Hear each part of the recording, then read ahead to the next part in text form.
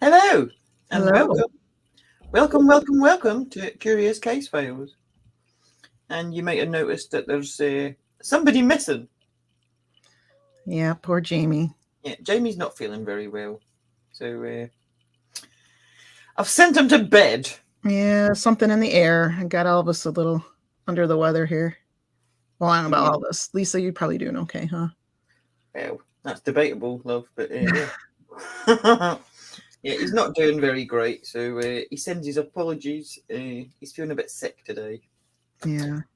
And we're probably all going to be feeling a bit sick today once we get into this case. It is something that I have wanted to cover as a case that resonates with me. I remember it very well from 2002. And at the time that this occurred, I was actually recovering from an accident and got very invested in this case and the search for these two particular little girls, only to be devastated along with everybody else at the outcome. Yeah, I imagine it was pretty devastating at the time, especially you're not too far from where it all happened. And it's my understanding that this was nationally known, but for whatever reason, I don't recall it, but I'm sure that everybody's hearts were touched by who did know about it. And Yeah. And I mean, at the time, people were grieving and they were angry, but as things came to light, which we'll get into about the past and the behaviour of the actual perpetrator, people got angrier. And there's a lot of things, even when I started looking into this, that I mean, I thought I knew everything. I didn't. It's absolutely ridiculous, and that's one of the reasons that I wanted to cover this case, because this should never have happened, and it should never happen again. And hopefully, although it shouldn't, these two little girls should still be with us. They should be in their 30s now. Maybe with families of their own, but they're not, because of massive failures that were made. So many. Massive opportunities that were missed to get this sick, twisted, evil man off the streets. Yeah. But, we'll get into that. Definitely a backstory to it all. So yeah. So you might think you know this case, but so did I. And this is the case. The Soham murders. It's known specifically by the town, right? Yeah, it's Holly Wells and Jessica Chapman, and the perpetrator was an evil twat called Ian Huntley. And I'm so not organised because Jamie was getting sick before we began, so just bear with me. Yeah, it comes upon him quickly. It's kind of a shame, but here we go. Right, I'll just put that off because we don't need that on at the moment. Right, now we're going to begin by talking about Ian Huntley, because you need to know the backstory of this man and the massive red flags that were missed, that shouldn't have been missed, but they were missed. And for those that are not aware, this... Oh, minute, where is it? I've got the slides in the wrong order. There you go. This evil twat is Ian Huntley. And that's enough of him. So, to begin, Ian Kevin Huntley, which, can I call him Ian Cuntley? Go for it. Ian Cuntley was born in Emmingham, near Grimsby in Lincolnshire, that's in the UK. And I've got a little map of that. Let me just get that up just for those that are not too aware. Right. We Americans, for sure. Right. So on the left here, we've got the entirety of England. And if you look on the coast, on the east side, you've got the large yellow bit. That's where we're looking, just at the top of there. And that is where Emmingham is. And it's near Grimsby and Kingston upon Hull. And let's get back to Ian Cuntley. Okay. So he was born on the 31st of January 1974. He was the first child of Kevin and Linda Huntley. with his only sibling being a younger brother, Wayne, who was born the following year in 1975. Close in age. Yep, very close in age. But apparently they didn't have a very close relationship as he got older. Understandably, when you know about Huntley. In his early life, Huntley, can I keep saying that or am I going to get banned? I might get banned. Right. I don't know. I don't think. He was described as being a mummy's boy who thrived on attention. And at a young age, he learned that a way to get that attention was by reacting angrily to situations, and he did so very often. Despite being a mummy's boy, he did have a close relationship with his dad as well, and his dad often took him to the docks, which obviously they're on the east coast. They were near the docks, and they went and looked at the ships, which was a hobby of his dad's, and this inspired in a young Huntley, can't help it,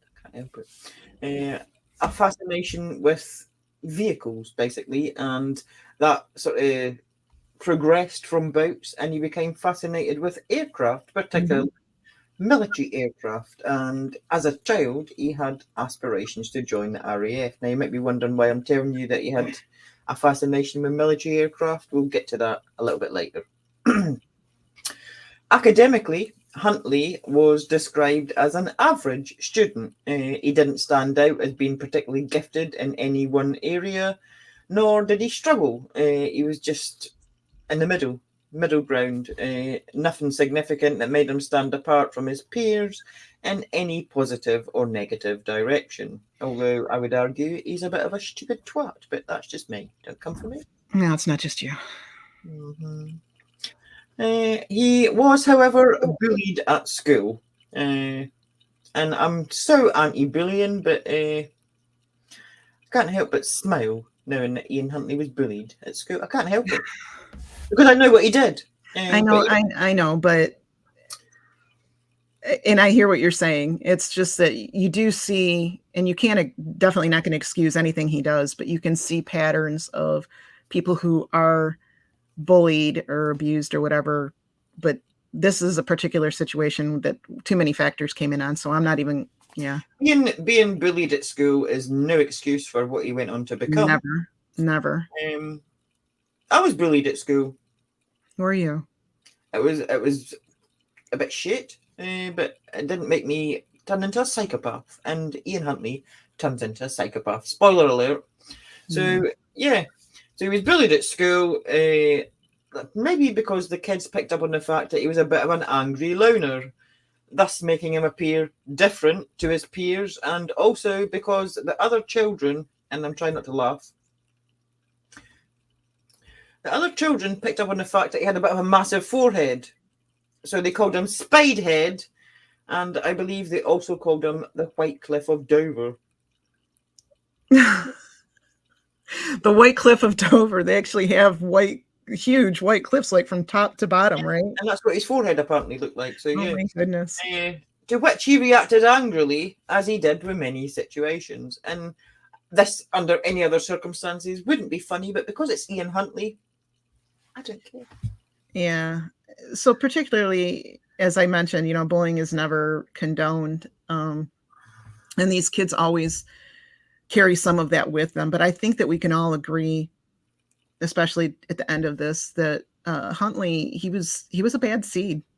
I think he was born broken. There was something inherently, broken about him to be able to conduct and do things that most bullied kids wouldn't. Probably a case that he did stand out to his peers because they picked up on there was something not right about him. There was something different about him. Yeah.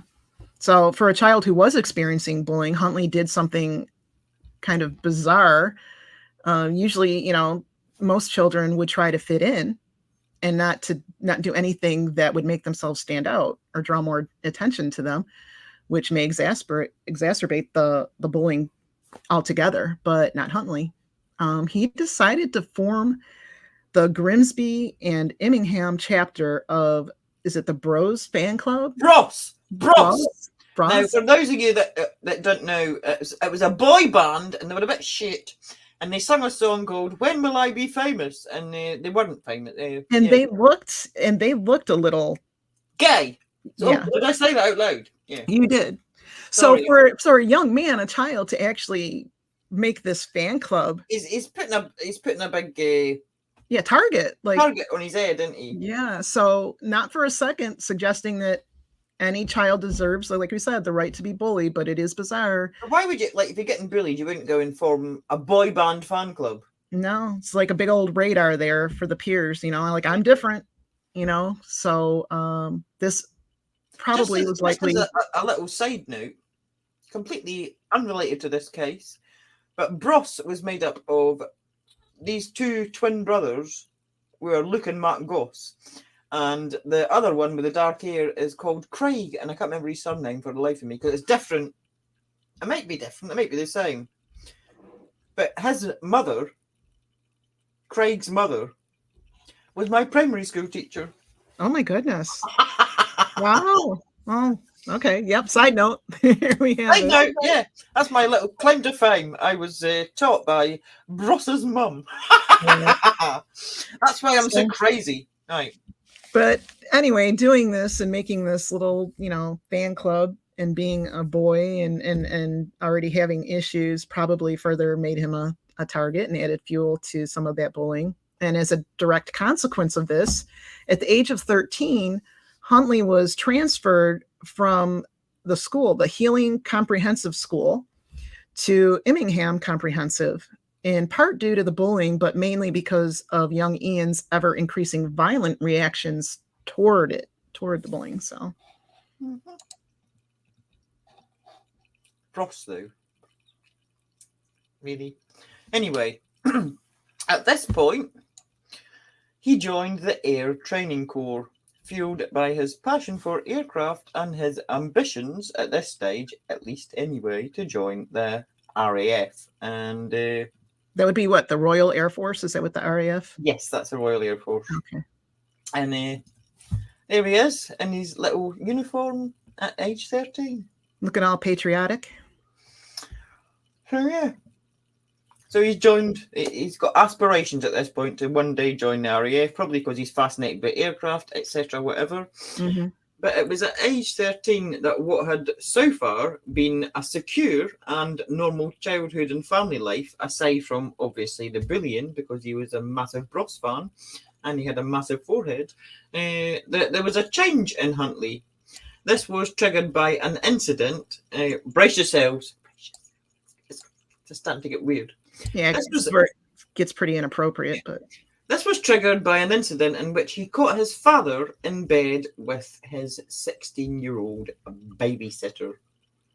Now, 16 over there is the legal age of consent, but I don't either, but you're talking about a father of a 13-year-old married father, and yeah, he was caught in bed with her. 16-year-old child. Yeah. Child. Mm-hmm. So maybe this shit is genetic. I don't know. Whatever. So we've got a grown-ass man in bed with a child. This is my judgy face. I'm judging. Really? Yeah. So the way his father handled this situation had a massive impact on Ian Huntley. He basically, instead of taking responsibility for his actions, decided to instead threaten his 13-year-old son into silence, because that's what good parents do, apparently. Mm-hmm. This, for the first time, at obviously age 13, gave Ian the permission to lie. But not only to lie, but to lie to his mother. This obviously would have sparked feelings of betrayal in him, because he'd, for all intents and purposes, had been betrayed by his father. It would also have caused a conflict within him. He had one parent basically demanding that he lied to another. And let's not forget that he was very close with his mom. So asking him to lie to his mother, knowing what his father had done, put further stress and heartbreak on him here. Yeah. But again, these aren't excuses. Oh no, there's no excuse. There's no excuse. We're just giving you the backstory, basically. Which I think is, it's very important to know this backstory. So but there's nothing ever going to excuse what he becomes. Nothing. Yeah. Yeah, parents are supposed to have, they hold you to accountability, and encourage you not to lie. But here you have the polar opposite, right? And this leaves Huntley with nobody to hold him to account. And suddenly it's okay to lie. His primary caregiver has not only given him permission to do it, but like you said, demanded it. And he's given permission, for want of a better word, to lie to his mother, like we said, being told that it's the right thing to do. And despite the fact it's under duress, he was made to believe that this was the right thing to do. Telling his mom the truth would destroy their family, right? And that would be tragic in itself. So from this point in young Ian Huntley's mind, he's given permission. Yeah. Ian Huntley's mind. Oh, thank you. That's just cheered me up no end. He's given permission. I made her say it. That's all what to do. He's given permission, by his parent, his dad, to get what he wants. And in this case, so it's a form of manipulation, right? Yeah. In this case, his family, he wants to remain together. So don't tell, don't give away the secret. And through deception, this was a powerful and detrimental lesson. The lesson was you can get what you want through not only deception, but by being aggressive and threatening to others. Parents teach by example. And this was a very damaging example to set for Huntley, who was already, by this point, a broken individual. He was already showing signs of psychopathy, even at this very young age, which we'll get to. Which we will get to. Yeah. Yeah. So, after this experience with his father, there was a marked change in, I can say Huntley now because I've made Danielle say the C word and I'm happy. And Huntley, lying. He's like a Michigan mood ring. Look at her. Yeah. There was a marked change in Huntley. Lying suddenly became second nature to him. The worlds of reality and fantasy became way beyond blurred. Yeah. And this would soon be to the detriment of everybody around him. Around this time period, there were other changes in him. It's unclear if this began before or after the incident with Dad and the babysitter, which weird. But Huntley himself became the bully. As a previous victim of bullying, he made this choice to inflict that same thing upon others. Any normal human being, having experienced this, would not wish that on anyone. But not Huntley. Oh, no. He thrived on the power and control that he had over his victims. This shows a knowledge of what his actions were basically doing to the victim, but a willingness to do it regardless. This is a very early indication of the malevolence in his nature. On one occasion, around the age of 15, he choked one of his peers to the point that the victim legitimately thought he was going to die. People who knew Huntley at the time report that Ian was fascinated by the Cray twins, who, if you don't know, they were quite notorious gangsters in the East End of London, responsible for a lot of violent crimes, murders, you name it. So it's not a very good role model for a child, but that was his role model. He was modelling himself on the Cray twins. Whatever, though. As a teenager, it's... right, brace yourselves, because you're going to start to get angry now. As a teenager, it's been reported that Huntley killed a 6-month-old puppy purely because it disobeyed him and because he's a massive twat. He was also known to tie fireworks to cats. Oh, wow. And he enjoyed it. He enjoyed not only inflicting pain upon animals, but he enjoyed their fearful reaction to both the noise of the fireworks and the pain that this would obviously cause them. This is a huge, huge red flag, and something that's been notoriously linked to basically serial killers who often start their sadistic, evil crimes on animals before moving on to humans. And here he is doing it when he's a young teenager. So to not have the empathy, it's like they're missing that gene, you know.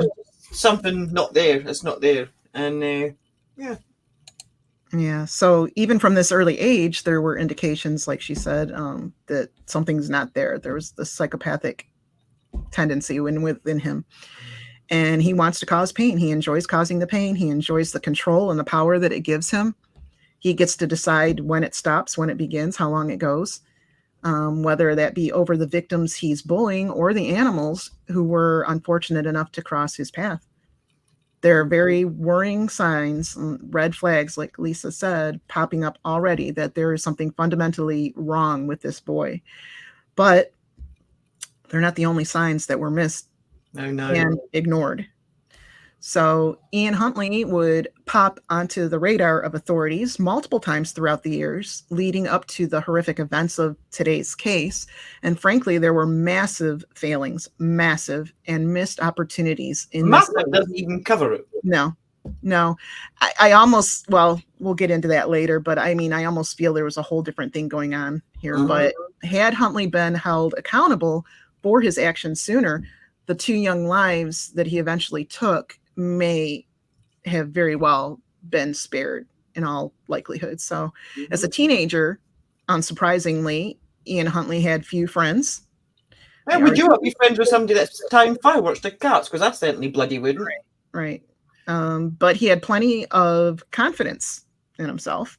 And when he began becoming interested in girls, there was a common trend. And they were always a few years younger than him, possibly playing into his need to control and dominate those relationships, right? Because you can manipulate people and it's easier when they're even younger. It begins as a couple of years younger, but as he ages, the age gap expands in completely the wrong direction. And we're talking from legal age to illegal age. So one particular bizarre incident of note came when he was 16, and at this point he's invited to the birthday party of a 12-year-old girl along with his 15-year-old brother. Now that in itself isn't weird because obviously there are familial ties, maybe the parents are friends of the parents of the 12-year-old, so it's not in itself strange for a 15 and 16-year-old to be invited to a 12-year-old's birthday party. Right. What is strange, though, is what Ian Huntley did when he gets to this 12-year-old girl's birthday party. So he gives her a gift. Fair enough, you might say. Yeah. How nice of him. Oh, no. Upon unwrapping this gift in front of everyone, it was discovered that the 16-year-old Ian Huntley had bought this 12-year-old girl red, sexy lingerie. Highly inappropriate and fucking weird. It's actually unclear. I couldn't actually find out any source saying how the parents of this 12-year-old reacted to this. But I would imagine it wasn't favourably at all, and they probably removed him from their home as quick as they bloody could. Do we know if they were even aware, or did she opened it in front of everyone? Oh, she did open it up in front of everybody. Red knickers, frilly, whatever. So they probably removed him from their home and put as much distance between this weirdo and their 12-year-old daughter as they possibly could, like any decent parent would. Right. So at 17, he's still carrying his father's lurid secret about the relationship with a child, babysitter. It's unknown why, but it is suspected that he had his growing confidence was coming into play, and he had a need to control that relationship with his father and that situation. So at this point, at 17, Ian tells his mother to basically witness the reaction, and obviously the reaction is what anyone would expect. She was devastated, and she left her husband, which no wonder, he slept with a child. She left him, and she took 17-year-old Ian and 16-year-old Wayne with her. So this was a 4 years he held onto that and became even worse of a person. But 4 years he held onto that and then but he seems to have done it just for the reaction. Mm-hmm. And then he didn't like the reaction, but whatever. So this also shows a change in his relationship with his father, who his father felt betrayed by Ian.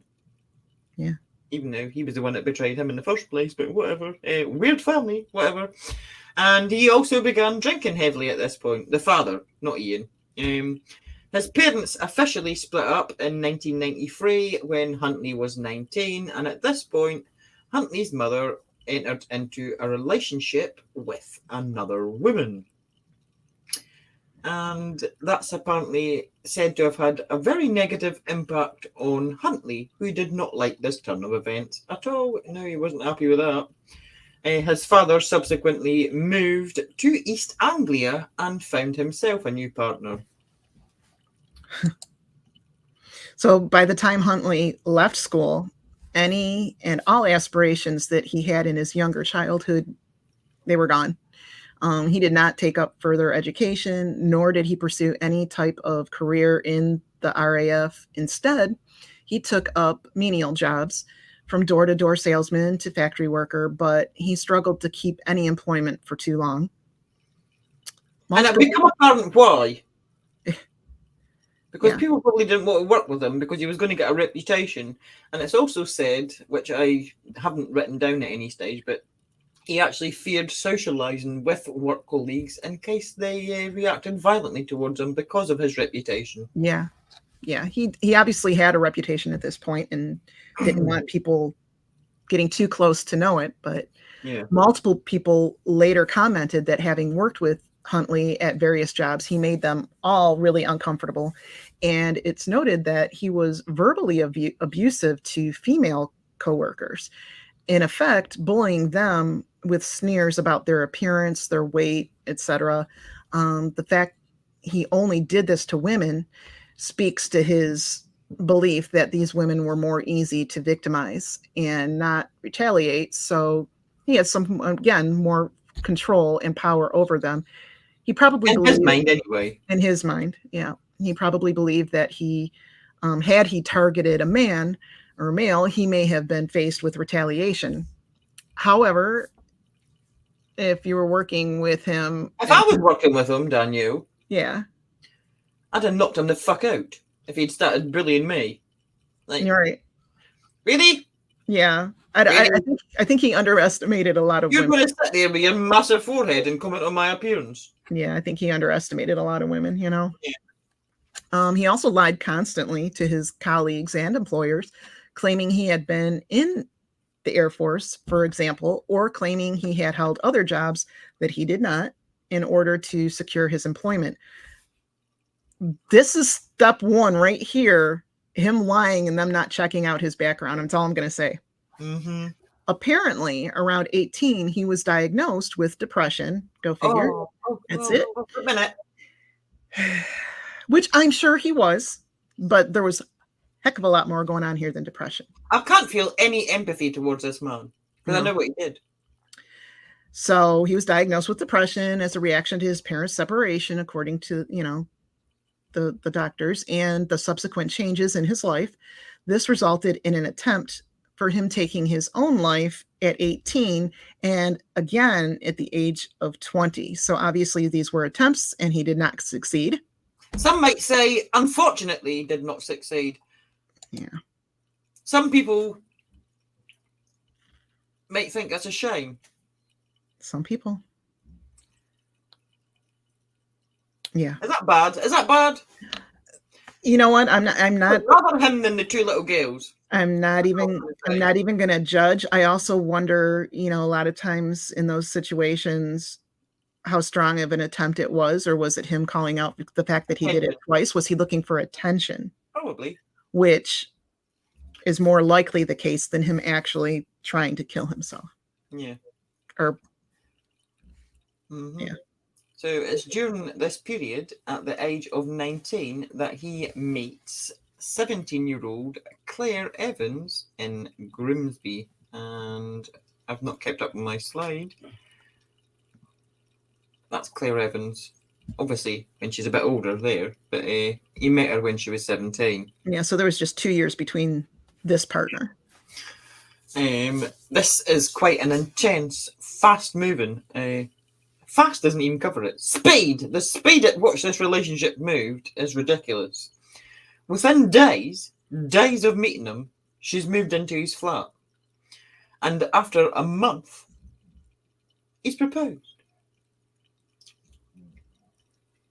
And she accepted, and they got married. And she didn't tell her family. Well, I would imagine. Might indicate that she had knowledge that her family would disapprove. But Right. This relationship, unsurprisingly, begins to fail. Not only because they got married whilst barely bloody knowing each other, but because Huntley becomes physically and sexually abusive to his new young wife. He was actually horrifically violent to Claire, from physical and sexual assault to actually holding her captive in their flat. And he actually hacked off all of her hair and smashed up all of her makeup so that no other man would find her attractive. On one occasion, for her birthday, he bought her a hamster. And that very same evening, he then superglued that hamster to the wheel, and it's the little wheel in its cage, because he's a sick twat. There's something fundamentally broken and wrong with him. Claire, unsurprisingly, left him. Good for her. Yeah. She later stated that she had sold her wedding ring for £10 in order to get the bus fare, and she made her way to Ian's father's house, where she felt she would be safe. She didn't go to her own parents, according to her, because she was ashamed. Because obviously she'd rushed into this marriage, and yeah. So she's escaped, but getting Huntley out of her life was not going to be that easy, unfortunately, and that's because she soon discovered that she was carrying his child. When she told him, according to her, he was completely emotionless, and recalling that time in her life in a later interview, Claire recounted the following. He cornered me at his dad's house and said, "If you have that baby, I'm going to do stuff to it." He whispered it to me in a really cold, calculating tone. It sent me out of my mind. I didn't know what to do. He kept calling me and said he would tell social services I was an unfit mother and get the child taken off me. He said he was going to get the baby and there was nothing I could do about it, and he would be able to do what he wanted. He even said, maybe I'll feed the baby piping hot milk to burn it. And then he laughed like a psycho. I felt physically sick. I went to social services and explained what was happening, but they said that because Ian and I were married, I couldn't do anything without the dad's permission. If I wanted to have the baby adopted, I needed Ian's permission. If I gave it up, it would go to Ian. I couldn't let the baby go to him. He was a madman. He'd kill the baby. Now, she's gone to social services and they've been no fucking help whatsoever. She's told them that he's going to harm this child. And they're like, well, you need his permission. And if you give it up, he's getting it. Really? Yeah. So Claire, as a young woman, looking for help from the people that she would expect to help her and not getting it, she was forced to make a heartbreaking decision, which still haunts her to this day. Either she could have kept a baby and risked Huntley getting a hold of it, or she could have a termination. She chose the latter, and she did say that she spent a long time with her doctor talking about, she told him everything that had happened, and she actually sat and cried with the doctor for an hour, and the doctor cried as well, realising that this was the only thing that she could do to, I don't even, Yeah. However, when Huntley discovered that she'd had that termination, he hunted her down and beat her up. Recalling that, she said, "He smashed my face with his fist and even kicked me down below. But I took it because I had convinced myself that I deserved it." You didn't, love. You didn't. No. Ian's brother Wayne helped her enormously throughout her termination and afterwards, and the pair soon actually fell for each other. This absolutely incensed Ian Huntley, who felt betrayed by his brother and wife. He didn't think about his own actions and what he'd done, but he was the one that had been wronged in his twisted mind. And as a result, he refused to divorce Claire for years afterwards, to punish them both, basically, and what he believed was going to put some distance between them and make it really difficult for them to be together. However, Claire and Wayne did eventually get married. Yeah. So apparently, unfortunately, Wayne did not inherit whatever happened. Whatever genetic bullshit is Thank happening. goodness. Yeah. One was enough. So that, and you think of it, I mean, she was only 17 herself. She was a kid. Yeah. Very young. And he put her through hell. Absolute hell. So this is the point where Huntley begins showing up on the radar of the authorities. And there were numerous, as we mentioned before, numerous red flags over the years that followed this. So in August of 1995, when he was just 21, a joint investigation by police and social services took place after a complaint was made by parents that Huntley was having sex with their then 15-year-old daughter. So he was 21, she was 15, and her name was Katie Weber. There's Katie Weber. Mm-hmm. Now, Katie, just to quickly on this, but this is Ian Huntley with Katie Weber, and even the way he's got his arm around her there is very, very telling. And the look on his face when he's doing it, like he's in control. Be careful what you say, be careful what you do, be careful what you motion. It's very intimidating. Mm-hmm. Yeah. So Katie confirmed the relationship. And even though she confirmed it, the police decided not to proceed because she did not want to press charges, as she was terrified of Huntley, who had beaten and sexually assaulted her on numerous occasions also. This should not have mattered, of course, and should not have been the decision of a frightened child. They could have offered her some protection and anonymity, but it's as if they just couldn't be bothered. So they dropped it, which I am surprised that the parents didn't further get involved here. But again, having been told by this child, regardless if she was too scared to press charges, that on just one occasion she was violently sexually assaulted, then punched in the stomach and thrown down the stairs by this man, they decided not to proceed. And what? I know.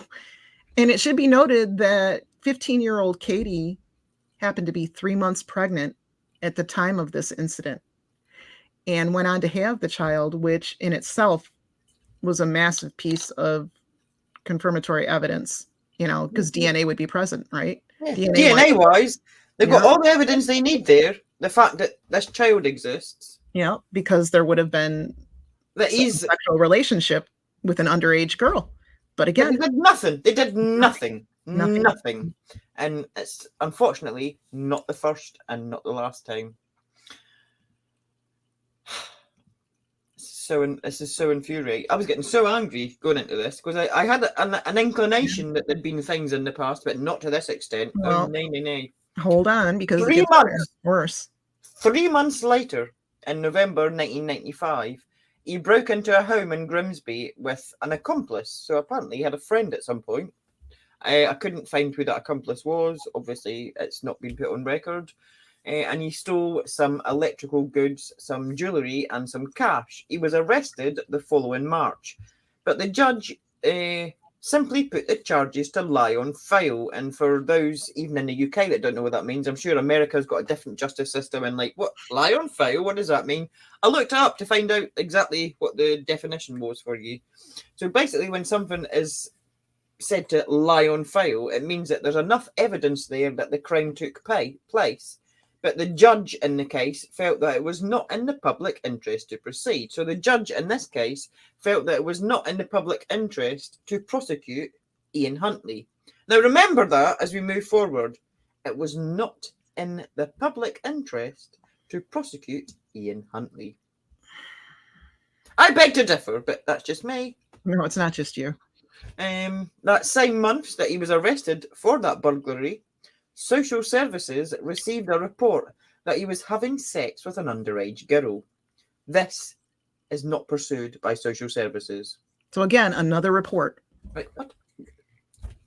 A month later, so that's March, a month later, in April 1996, the mother of a 15-year-old girl told her child's school and social services that the now 22-year-old Ian Huntley was involved in a sexual relationship with her daughter.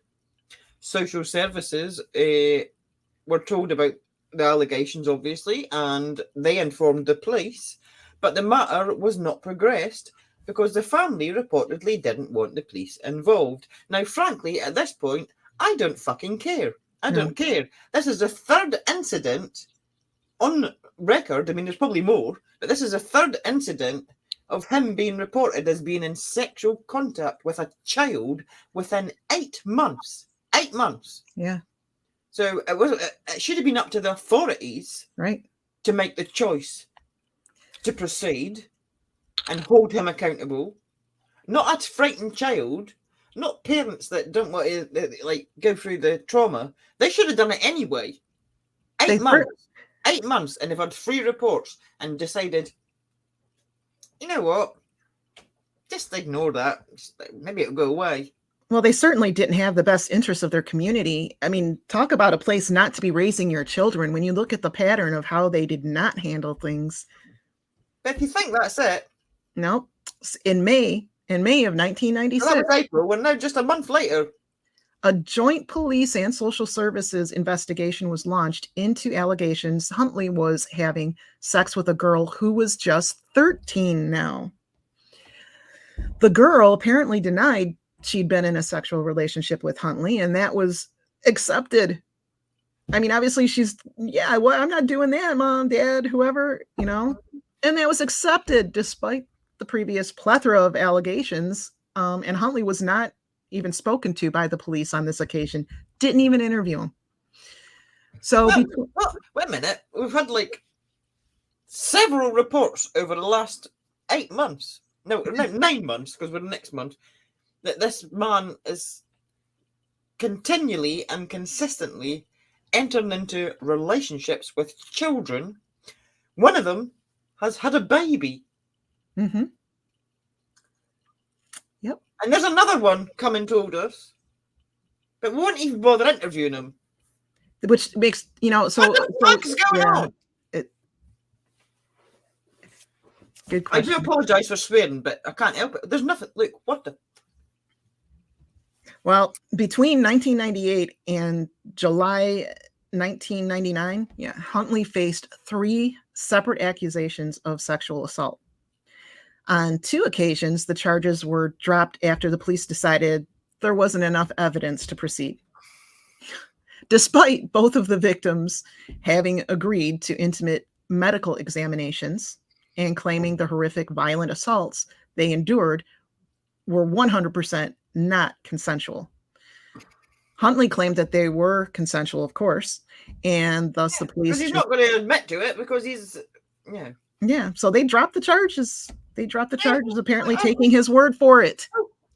Yeah, we've got two women saying that you sexually assaulted them. Plus, we've got a whole queue, an actual queue going out the door of parents and children that you've had inappropriate relationships with. Yeah, well... But you're just going to say, oh, it was consensual. Oh, really? Oh, that's fine then, Ian. Off you go. Oh, sorry to have bothered you, Ian. Just you go home and continue on your fucking way. Just taking his word for it is just infuriating. In May of 1998, Huntley was charged with the third after an 18-year-old reported having been viciously assaulted by him while walking home from a nightclub. Now, Huntley, again, claimed that it was consensual sex, despite the victim claiming he had attacked her in an isolated spot and also threatened to kill her. The Crown Prosecution Service, however, dropped the case after deciding there was no chance of a conviction. So, well, there's no chance of a conviction, so we're not going to pursue this. Really? I think there was a massive chance of conviction, given his history. And get this, this was wholly due to CCTV footage of her talking to him in the nightclub. So because she was talking to him in the nightclub, this apparently made it consensual, which is absolute BS.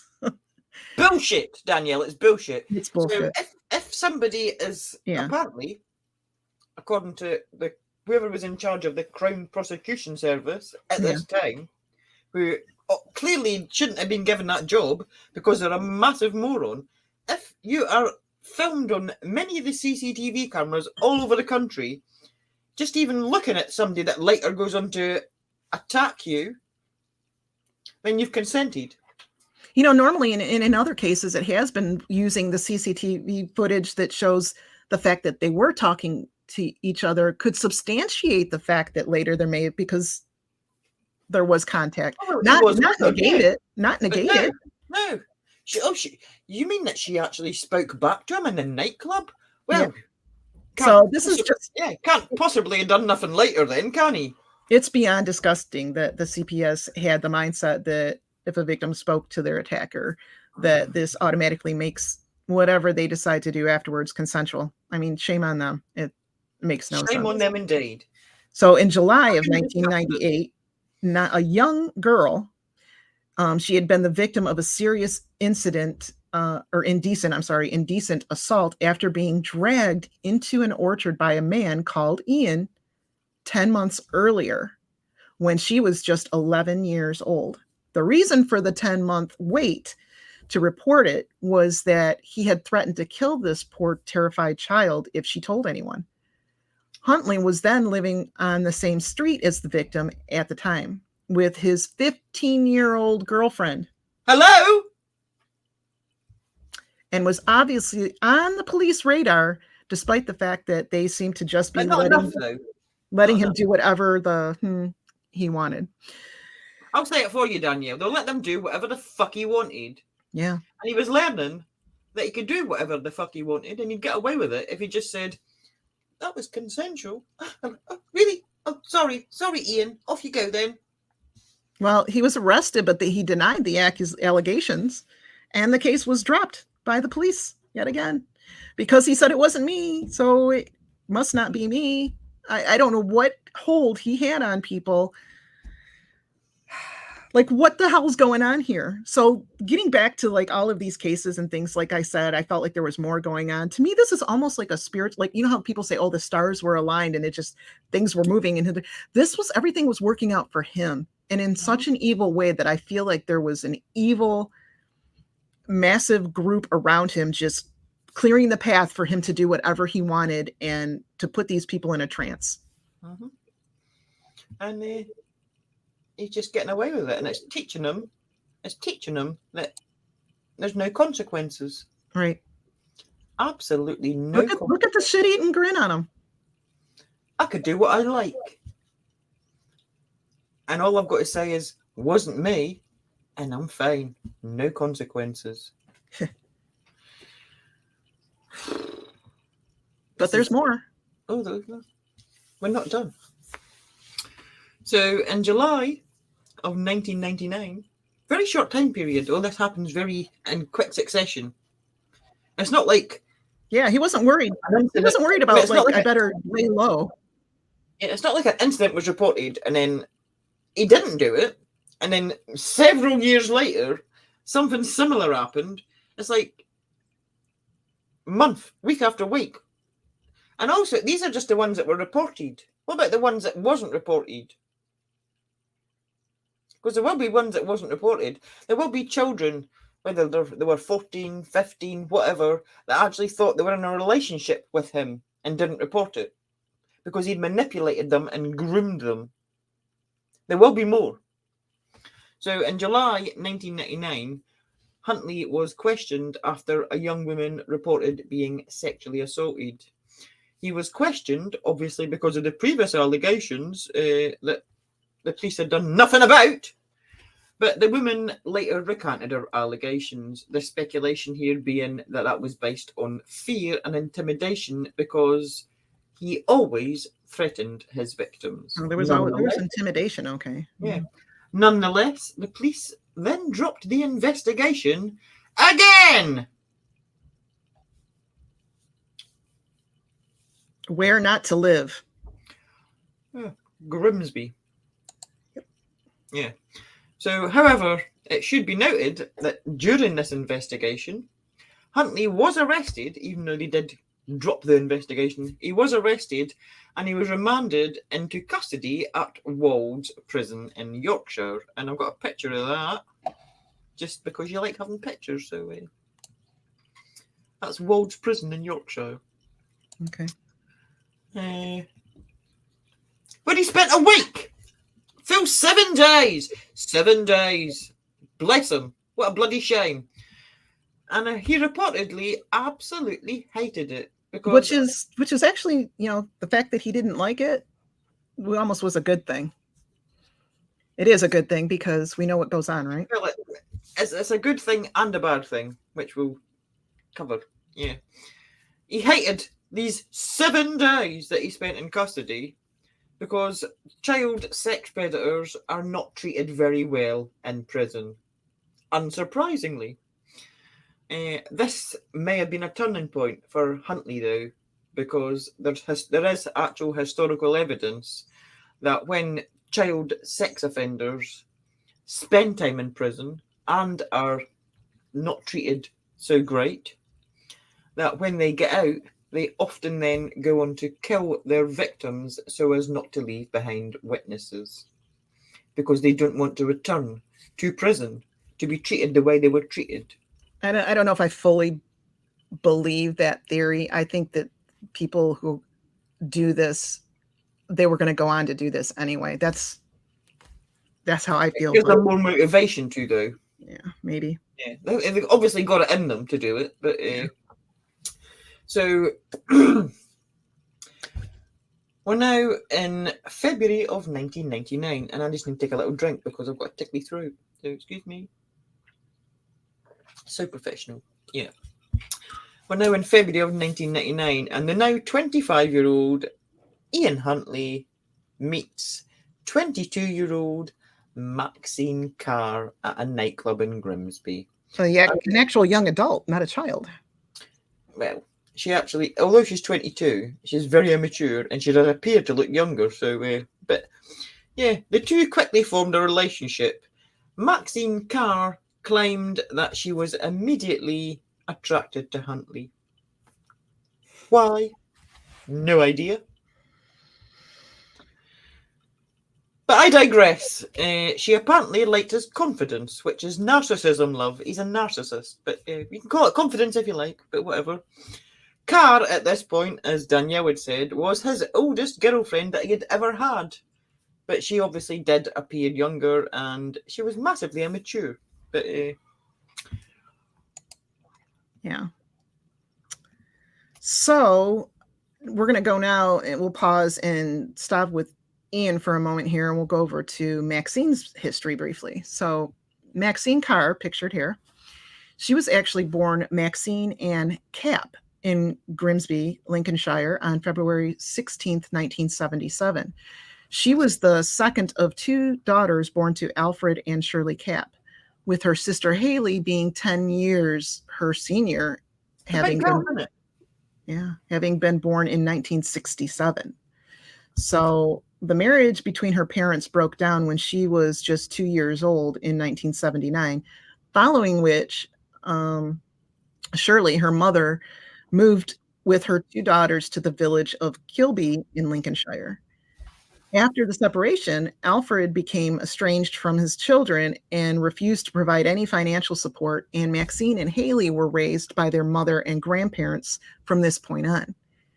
The family suffered, obviously, financial difficulties, but Shirley later claimed that she spoiled her daughters to the best of her financial abilities. So they had difficult times, but it points to that she may have lived beyond their means at certain points too, because she wanted to spoil them. But that's what she claims anyway. But as we'll find out later, Shirley's not exactly an angel. No. So as a child, Maxine was viewed by her peers as timid and an outcast with no friends, kind of mimicking a little bit of that, at least, of Ian's past. Mm-hmm. She was a poor performer academically, however, and this did not stop her having aspirations to one day become a school teacher. So upon reaching adolescence and puberty, Maxine became overweight, and this led to an insecurity about her physical appearance, of course, and she then began, like a lot of young women do, self-harming, and she began to binge eat and forcing herself to vomit, so the bulimia, and this led to her weight dramatically then plummeting to 6 stones, which I'm not really sure what that converts to in pounds, but I can imagine it's probably under 100 pounds. I didn't look up pounds, Danielle, but I did look at it's 38 kilograms. Does that help? Not me. No, that's more of still metric, but it's probably. I'll look that for you right now, because I thought, well, it's 6 stone. I'll look up kilograms for Danielle. Yeah, that would, to me, it's well under 100 pounds, if I'm not mistaken. So by the age of 16, she was formally diagnosed with being anorexic then. So she went the gamut, and she, harming herself. I wouldn't be surprised if there might have been some cutting and stuff involved, but I don't know if we had information pointing to that. She was troubled, we'll put it that way. And she left school in 1993 with no qualifications and began working alongside her mother at a local fish processing plant. She then enrolled at Grimsby College and studied general care, and she got a diploma in this field in 1996. The family then moved back to Grimsby, where she briefly worked in a care home for the elderly before returning to the factory work. My internet crashed. Oh, no. Several of her colleagues from this time period later remarked that they found her to be a distant and slightly immature girl with few friends, so she was a loner. And she did talk incessantly to one colleague about her dreams of one day becoming a teacher, though. And it was during this time in Grimsby that Maxine changed her surname from Cap to Carr. So instead of C-A-P-P, she went to Carr, C-A-R-R, to distance herself from her estranged father. Then we get to 1999, where she met Ian Huntley in the nightclub. And within 4 weeks of this meeting, she'd moved into his flat, and the couple informed relatives on both sides. We don't hang about, do we? That was like, he'd proposed to the other one within 4 weeks, moved around within a couple of days. Is showing a bit of immaturity on his part as well, to be honest. Yeah, and thank you, Expialidocious, who said it's 84 pounds. So yeah, well under 100 pounds. And for a 15-year-old, that's definitely anorexic. That's not healthy. So that's what the weight difference was. But so yeah, within 4 weeks, didn't waste any time, moved in, and they informed people of their eagerness to start a family. Huntley is said to have been very possessive of Carr, which should not surprise anyone. And is known to have physically assaulted her on several occasions, which often led to Maxine returning to her mother's home before he persuaded her to return, of course. And both are known to have conducted numerous affairs throughout their relationship. Which also goes to immaturity. Yeah. Right. And did you even notice I was gone when I fell off, Danielle? I did. Oh, okay. I did. Yeah. Welcome back. Oh, closed on me. 27? Yeah, 27. I had to get all my stuff back because it all just closed on me. Welcome back. Right. In 2000, locals in the area where Huntley and Carr lived were by now all too aware of Huntley's predilection towards children. And they were obviously both frustrated and angry that he was not doing. Yeah. Well, the locals are noticing. The authorities are not giving a shit, but the locals have noticed. Yeah, well, authorities noticed. They just chose to turn a blind eye. Yeah, they chose to ignore. Yeah, so the actual local community were like, oh my God, really? We don't want him near our kids. So they turned. I don't really want to flash the word about it. I'm going to the only word I've got is vigilante, but they were protecting the kids. My opinion. His flat was attacked anyway. The windows were smashed, the front door was broken down, etc.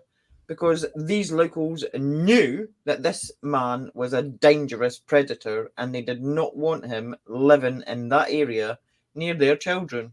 So, because of frustration and fear, really, that he was there, and he just seemed to be getting away with it over and over and over and over again, and nothing was being done, they felt they had no choice to be doing anything. Right. And they felt like they needed to act to protect their children because the authorities were doing absolutely nothing. Mm-hmm. So they took matters into their own hands. Frankly, nobody could blame them, although sadly, that does mean that no matter where Huntley goes, other children are going to be put at risk from him because he should not have been out in society at all. He should have been locked away. Mm-hmm. And there was many, many opportunities to do so. But the people who had the power to do that, to protect everyone from this predator, chose instead to do nothing.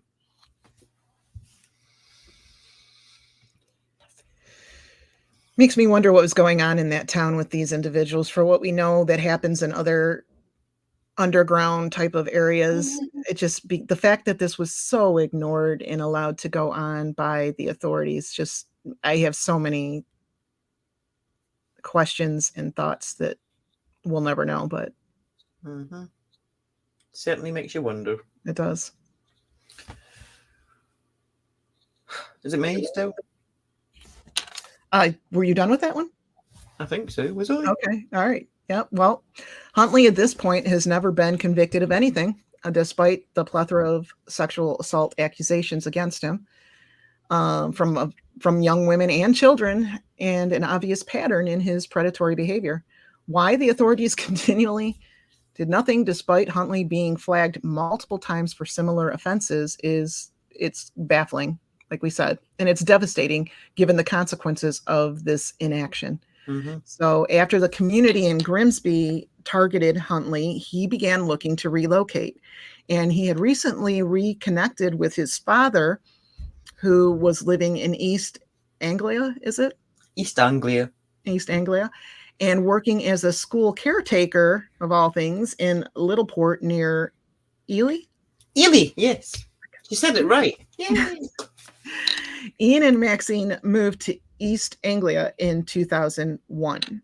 So it was at this point that Huntley began to have aspirations to become a caretaker himself, of course. Just like Daddy. Yeah.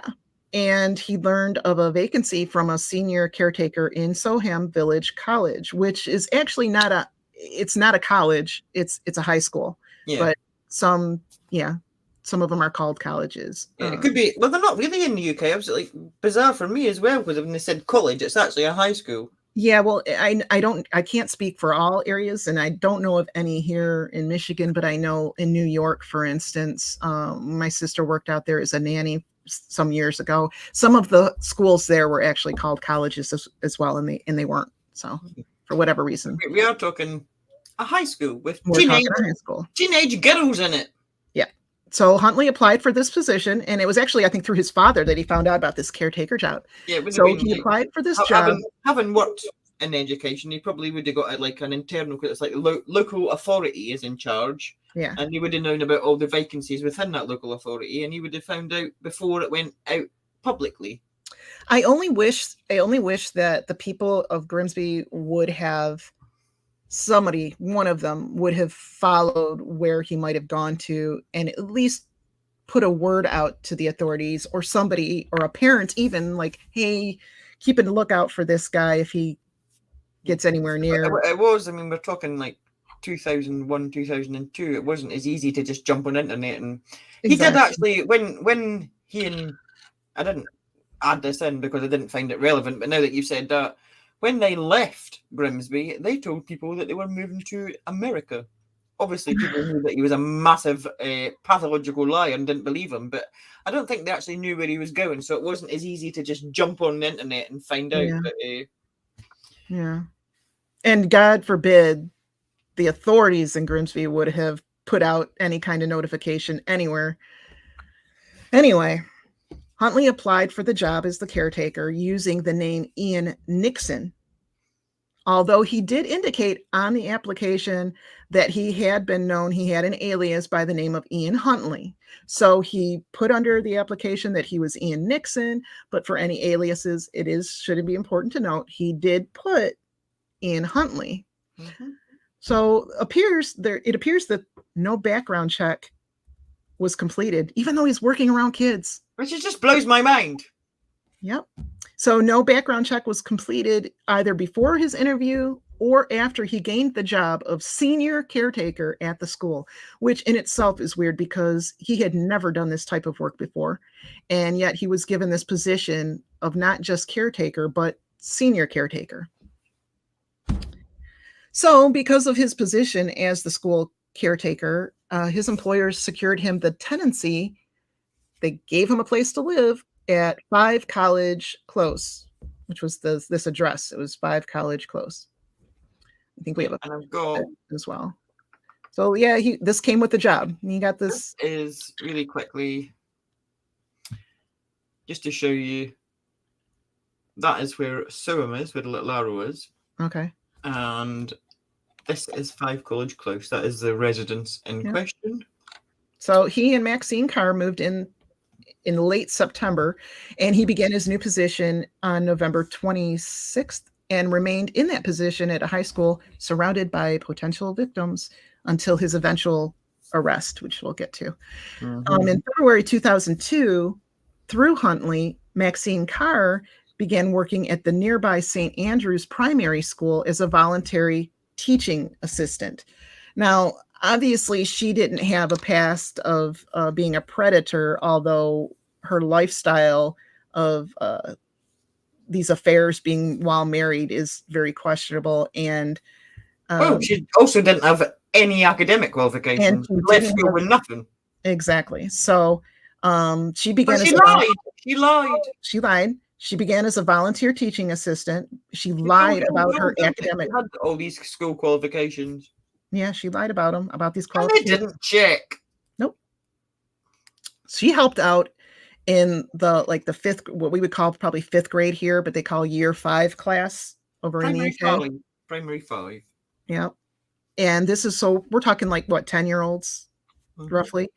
And this is where she came into contact with young best friends, and they were best friends, Holly Wells and Jessica Chapman, who were apparently very fond of her.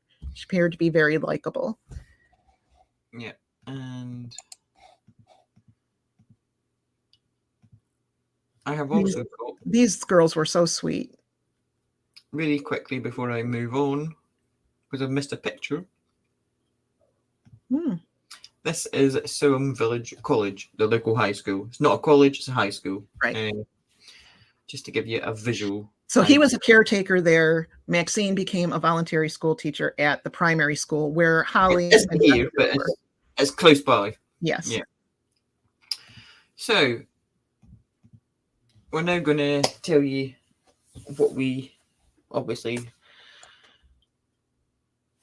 I'm going to get into the second part. I'm going to tell you about Holly Marie Wells and Jessica Amy Chapman. And I really wish I wasn't telling you about them. And they were never known to the entire country and the entire world. And that they were now just living their lives into their 30s and nobody knew who they were. But unfortunately, that is not the case. Holly Wells was born on October the 4th, 1991, to parents Kevin and Nicola. She had one younger brother, Oliver, and he was born in 1995. Holly had a bubbly and outgoing personality. She was a very confident little girl, and she performed with the Finland Majorettes. She loved dancing, and she was also a member of the Soham Brownies. She's said to have really, really loved singing and dancing and performing. She was a little performer, and she often danced on stage, and she particularly loved participating in karaoke. She loved getting up there and singing. She was a very confident little girl, and she loved performing. Her love of music extended into playing instruments, and she played both the cornet, which is something you don't often hear of, and the recorder, which is something that's very annoying because everybody played a recorder in school, and it was just that noise. Yes. Yeah. But she very, very talented little girl. She is said to have loved Britney Spears and Kylie Minogue, and she also loved dressing up. And she was just a typical, happy, outgoing little 10-year-old girl by 2002. Yeah. And I'm just going to show you some pictures of this beautiful little girl so you can just get an idea of just how gorgeous she was and innocent. A little angel face, you know, just, it's a sweet angel face. Beautiful little girl. And yeah. Some more. Oh, sweet dress.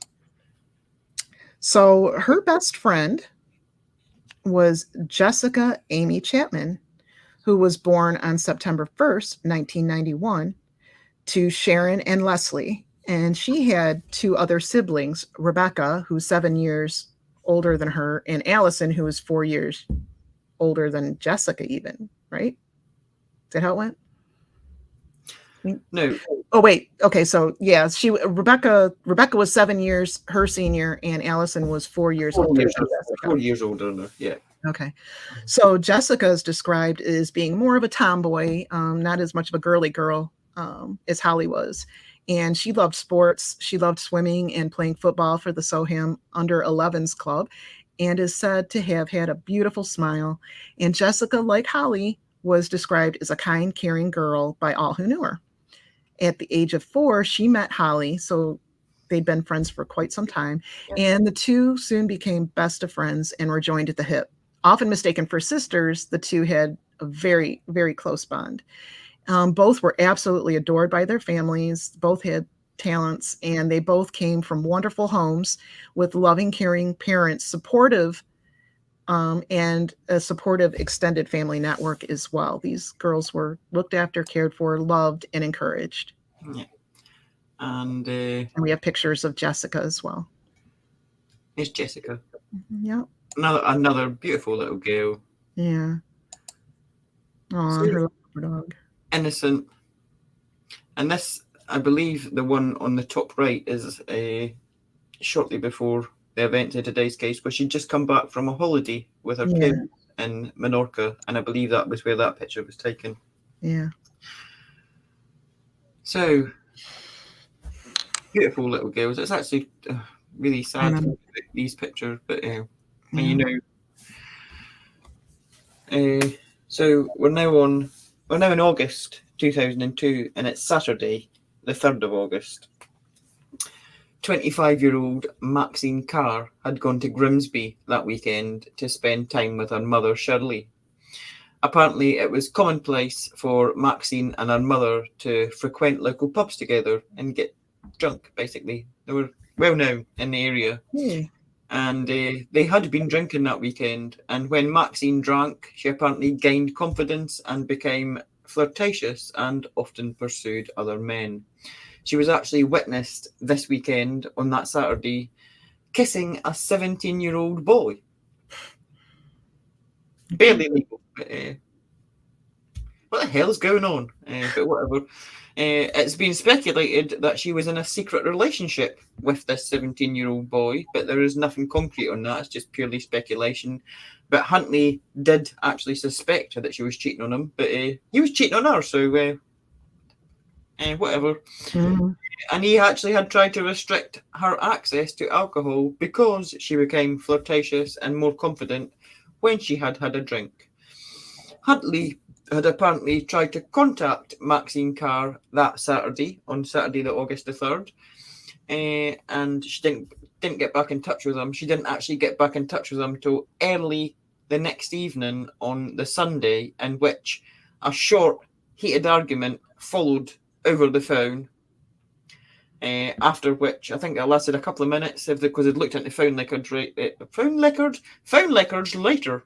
What am I talking about? The phone records later. And there was a short 2 or 3 minute phone call, and then that followed by her texting him, basically saying, "Stop making me feel guilty for being with my family." And he had not responded to that text message, which is important to get into what happened on Sunday, August the 4th. Yep. So that was the 3rd, and now we're going to go into Sunday, August 4th. Yep. 2002. On Sunday morning, 10-year-old Jessica Chapman made her way to her best friend Holly Wells' home, having just returned from a little vacation in Menorca. I'm not sure where that is, but anyway. Maybe in Spain, but it might not be because I'm crap at geography. Okay. So she'd obviously gone on holiday or vacation, as we call it here in America. And she had a gift for her best friend, and it was a necklace with the letter H on it. And she was really excited, obviously, to give her this gift. So Jessica, Holly, and another friend had all intents and purposes a normal day playing video games together and catching up and just having fun, having that Jessica just got back. So shortly after dinner, I'm sorry? Oh, yeah, it was before. Shortly before dinner. Getting a little hard with myself. Shortly before dinner, Holly and Jessica changed into, they were big fans of Manchester United, and they changed into their Manchester United tops. And like we said, they were big fans, and especially big fans of David Beckham. Do you know who he is? Oh, yeah. Yeah. Yeah. Because you didn't know who Kylie Minogue was when I told you. No, I didn't know that, but everybody knows David Beckham and Manchester United, and yeah, right. I shouldn't say everybody, but hugely known. So Jessica had borrowed Holly's brother's shirt, and they both emblazoned the number 7 on the back. David Beckham's number at the time. Mm-hmm. And the name of David Beckham. The girls were really excited, and they asked Holly's mom to take a picture of them, which she did so, and I think it was time-stamped, or the photo was like at 5:04 p.m. Yeah. And this picture would be the last picture ever taken of these two beautiful girls, and would soon be all across social media, well, all kinds of media at that time, not social, but across media, across the UK and the world. And it is a picture I'm sure that a lot of people are familiar with. And that's that one. Yeah, look at those two. I just go back to my childhood. I had, best friends back in the day. You wore matching clothes, or you shared, like getting gifts for one another. It's just, and it's just, I mean, this picture is like there's no mistake. Like, if you think of this case, you think of this picture. Yeah. But the tragic thing to me is that her mum took that picture, not knowing, right, that it was the last picture that would ever be taken of these two beautiful children. Yeah. Or that it would become so synonymous with this case, and that it would be seen all over the world. Just so innocent. They just look like happy, carefree children, not a care in the world. It's just sad, and unnecessary. Yeah. Very preventable. Mm-hmm. So, yeah. The girls then ate dinner with the family, because obviously they were having a barbecue that evening. And at approximately 6:15 p.m, they went upstairs. Now, shortly thereafter, the girls had left the house on Red House Gardens without actually informing anyone. Now, when I've looked at other, because I watched a lot of material and read a lot of material in this case, it's often stated that the girls snuck out of the house.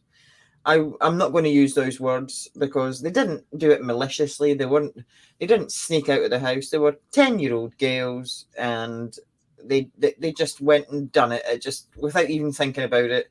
What they'd done is they had left the house, and they had made their way to a local sports centre, which was not far from the house, to use the vending machines. This was all caught on CCTV later. They'd gone to buy sweets, candy. They'd gone to get sweeties, basically. They're 10. Mm-hmm. They didn't go out. The word sneak makes it sound like there was some sort of...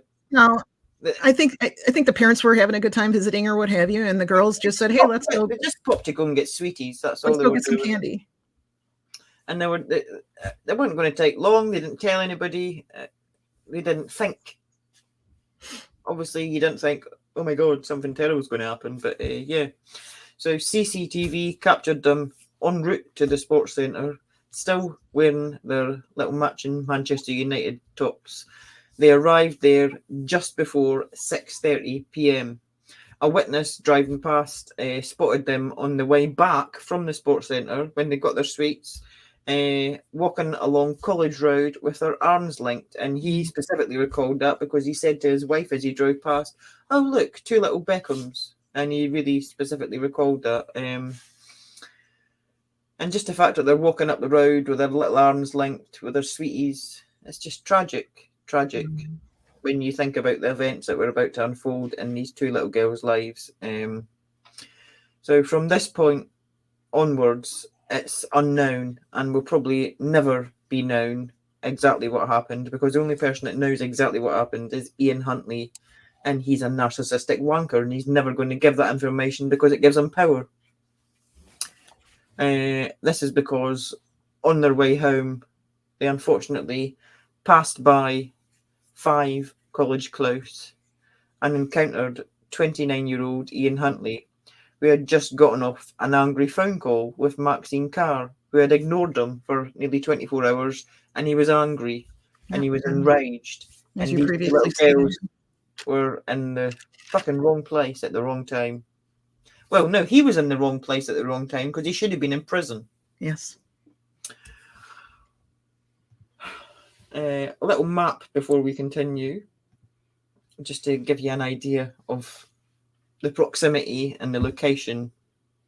So, right, we've got, if you look at on the left-hand side, you can see in the top corner, we've got the sports centre, which is just behind the Soham Village College, which obviously is a high school, and Ian Huntley's home is in front of that.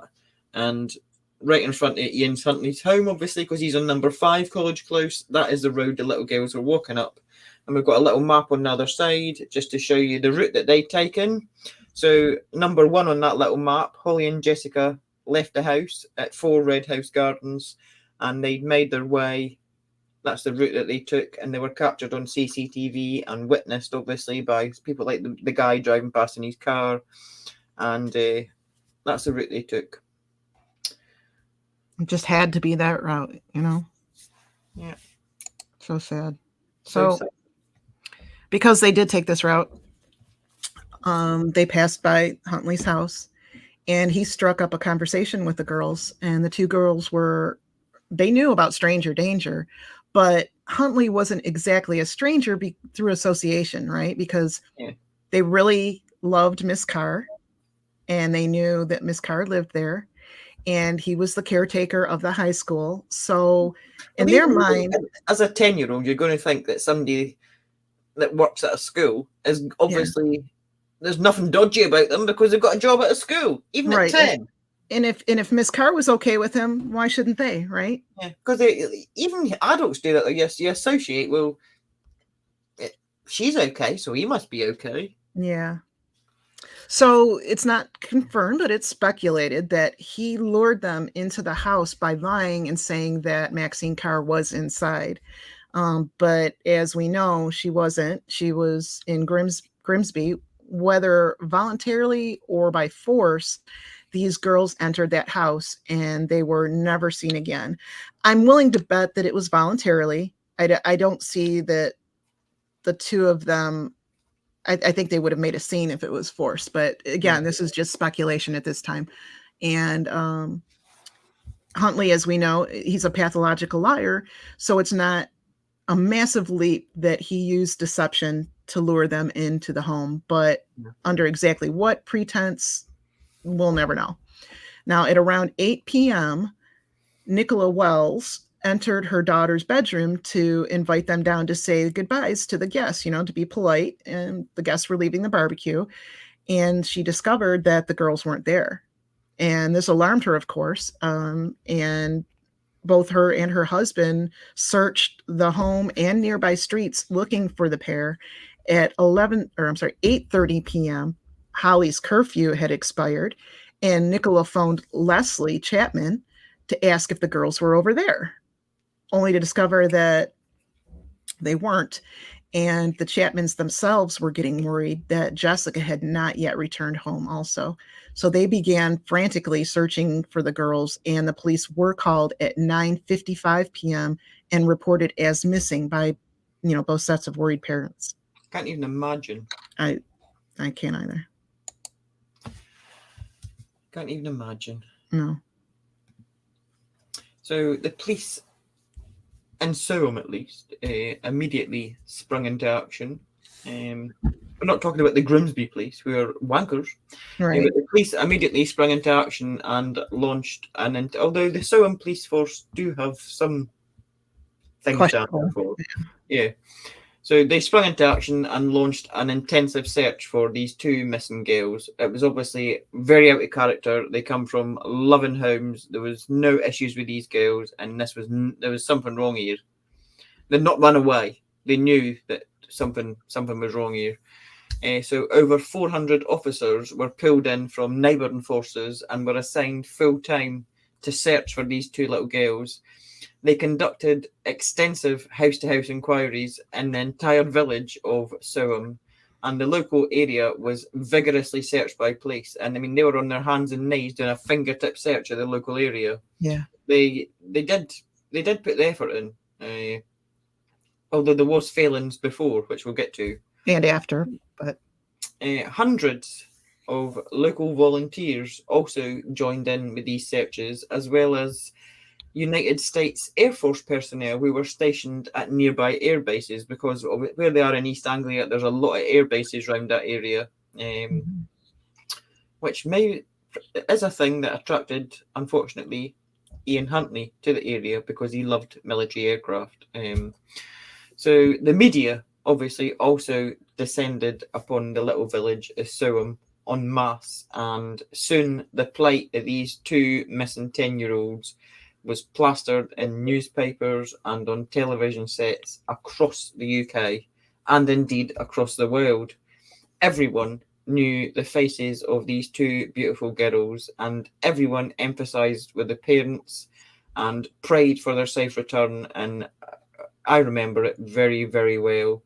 And the parents put themselves forward with such dignity, and you could really feel for them. Everybody wanted them to find their little girls. So sad. It's so memorable, and the conclusion was not what anybody. Although as the days went by, you were starting to think, "Oh God, really?" Well, yeah, because the more time that goes by, the worse the outcome for finding them. You're still hoping maybe they're okay. So obviously the media attention on this small village resulted in a lot of the locals being interviewed, and one local in particular became somewhat of the mouthpiece, the spokesperson on the case, talking to the media all the time, getting themselves involved, putting themselves forward for interviews as often as possible, and somewhat reveling in the attention, at least initially. Yeah. And that local was none other than Ian Huntley. Yep, he put himself out there. Put himself right there, like inserted himself. Maybe, I don't know if he's trying to be like proactive, or he, like she said, he had that much confidence that, I'm going to. Is it like an attention thing, like with the attempts at taking his own life? I don't know. Or toying with. Being in control, wanting to be in control. Yeah. So he claimed himself to be, there he is. He claimed himself to be the last person to have seen the girls, accounting a story in which he was outside cleaning his dog, giving his dog a bath when they passed by because the dog had gotten all dirty or something like that. And when they passed, they inquired and asked how's Miss Carr, and did she get this job that the full time that at their school, because they liked her so well. And he said, no, unfortunately, she hadn't got the job, to which he claimed the girls said, tell her we said we're sorry, and they were gone on their way. And then we have a video, I think, a clip of what he actually told the news. I do apologize, but it's very important that you just watch this wanker. if you didn't know the case, or even if you do, just to reflect back. And here he is. Ian Huntley here is a familiar figure. Evening, Ian. You're the school caretaker. The girls, Jessica and Holly, would know you, and they saw you on the front doorstep. What went on? The girl, I don't know the girls. I stood on the front doorstep grooming my dog down. She'd run away and come back a bit of a mess. They just came across and asked how Miss Carr was, as she used to teach them at St Andrews. I just said she weren't very good, as she hadn't got the job. And they just says, please tell her that we're very sorry. And off they walked in the direction of the library over there.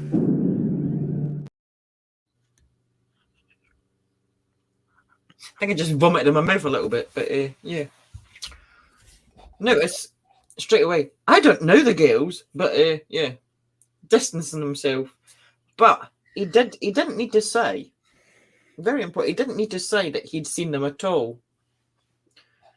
And actually, had he not done that, he might never have been caught. Just the sheer tenacity of just putting himself up there. So he actually... He conducted several interviews with the media over Bob's just put in the chat that he helped in the search, and actually, disgustingly, yes, he did. He actually had the audacity to go and help look for these little girls when he knew what had happened to them. Yep, pretending to not. But he did. He put himself out there. He had several interviews with different media over the preceding days, in which he continued to claim that he saw the girls. They kept going after, asking about Miss Carr and expressing the regret and not keeping them. Well, he was like, I'm sorry that we didn't keep them here longer. Like, if only we had talked to them longer, they would have missed any opportunity to have any run-in with somebody else. Like, it would have changed the outcome of their disappearance. He put himself at the center of the investigation, and as senior caretaker, it was he who escorted the police, like Bob mentioned, the police around during their search of the school he worked at, thus being in control of the situation and able to lead the investigators to the areas that he wanted them to search and avoiding the areas that he didn't want them to go into. Which is important. Mm-hmm. But although the fact that all of these interviews did arouse suspicion, he avoided overall suspicion because Maxine Carr, who was known to be a good liar herself, apparently, she lied to the police, thus giving him an alibi. She claimed that to have been there and home in the house when the girls passed by. And she was in the bath at the time, is what she claimed. And Huntley had come in after speaking to them and informed her, so he couldn't have been involved, right? And he was with Carr immediately after his brief encounter with the girls, according to her. Mm-hmm. Over the following days, Maxine Carr also inserted herself into these media interviews. And she, in one interview, held up a card that Holly had made for her when her temporary position as a teaching assistant in their class had come to an end. And that card was basically Holly saying how much she would miss her, etc. And we'll just look at Maxine Carr because this is very important. Very important. This is something I'll probably keep for the rest of my life, I think. It's what Holly gave me on the last day of term. She gave me this with a poem on the inside saying to a special teaching assistant, really. And we'll miss her a lot and we'll see her in the future. And that's the kind of girl she was. She was just lovely, really lovely. So after filming that interview, there was many, but after that filming that particular interview, the reporter who was interviewing her, his production team sort of took him aside and they said to him, "That was weird." And he said, What was weird? And they said she referred to the girls in the past tense, and at which stage they rewatched the footage back, and indeed she did. She was referring to them in a past tense, and he recalled thinking at the time that was chilling in his words.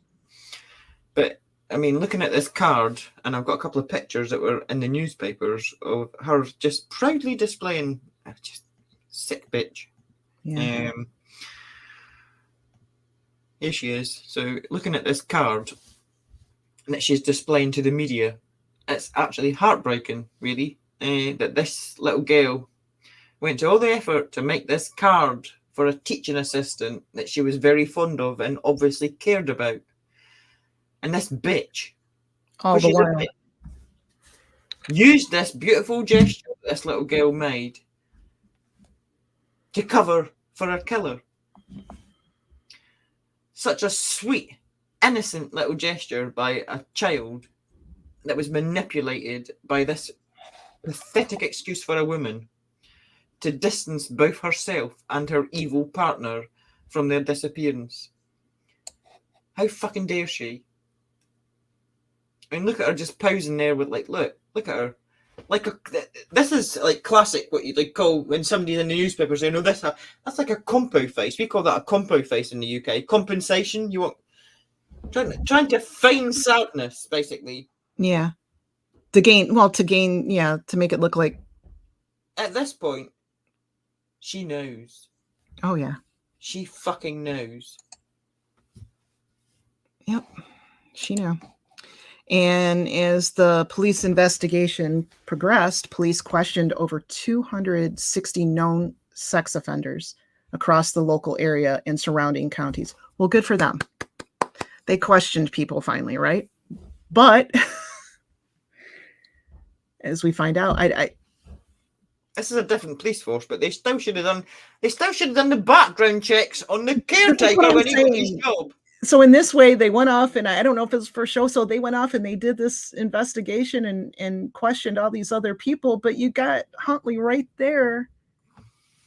Anyway, they interviewed and questioned over 260 known sex offenders across the local area and the surrounding counties, 15 of these being labeled as high-risk child sex offenders. However, all of these were eliminated, of course, from the investigation because the child sex offender responsible was not registered.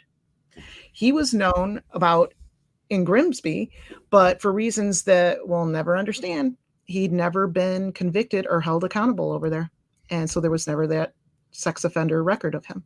They also looked into the possibility that the girls had met some form of predator on the internet in a chat room, but this was soon ruled out. And the entire time, the guilty party was right under their noses, acting more and more suspiciously and bizarrely, but having that alibi provided by Maxine Carr. So Huntley, a few days into the investigation, approached a female police. This is weird. He approached a female police officer and asked her, how long does DNA evidence survive? Just randomly, he was acting enormously suspicious. And then he joked about having, to kill her to try and cover up the fact that he'd asked her. Yeah, because I asked her these questions, so I guess I should probably kill you. It probably makes me look guilty, trying to laugh it off. So not funny. No, which made him appear even more creepy. But that same officer commented that he had a strange look in his eyes. His eyes were really strange, and it appeared as if Huntley wasn't looking at her, but was actually looking through her, which is as if she wasn't even there. Often noted in psychopaths. Yeah, they have said that. So because he was the last person to see the girls by his own admission, his home was searched. They sent one single police officer on August 5th, but nothing. One was nothing, but nothing was noted or to be found. Although the officer did comment that it was unusually too clean, and bizarrely there was washing or clothing out on the clothesline, even though it was raining. I do believe it was a bedclothes. Mm-hmm. And the carpet in the dining room was also soaked, to which Huntley just said, "Oh, we'd had a flood." In the dining room. Yeah. So you got... I don't having a flood in the kitchen or the bathroom, but in the dining room? So it's unusually clean, right after the disappearance of these girls and him being involved. You've got what appears to be bedding out on the line. And it just, okay, so you just got to remember all of these things. It was also noted that there were 3 scratches on the side of his face, on his cheek, his jaw. Mm-hmm. And Huntley claimed that the dog scratched him. So, oh well, the dog did it. The dog scratched him. The dog ate my homework. Yep.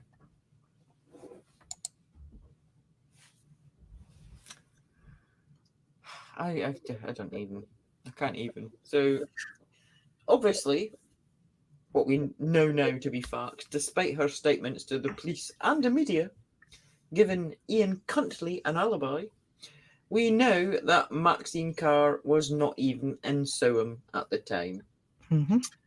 Huntley was witnessed picking Maxine Carr up from her mother's house in Grimsby on August the 6th. Now, her mother is called Shirley Cap, obviously because Maxine changed her name from Cap to Carr for reasons believed to be to distance herself from her father. Right. Shirley Cap's neighbour, a woman called Marion Westerman, gave a very, very chilling report. And this is quite telling and scary, really, when you think that what makes you think immediately of what she witnessed on August the 6th. So she saw Ian Huntley arrive at Maxine's mother's residence, and she immediately picked up on the fact that there was just something very, very strange about the way that not only Ian Huntley but Maxine Carr was acting. She'd witnessed Huntley open up the boot of his car, and Maxine and he were standing. The boot is a trunk, by the way, Danielle. I was just going to say it's trunk for us Americans. Yeah, they opened up the back of the car, and both he and Maxine were just standing there staring into the boot of the car. And apparently Maxine looked visibly upset and was crying. And when Ian Huntley actually noticed the neighbour, Marion, looking, he hurriedly slammed the boot closed.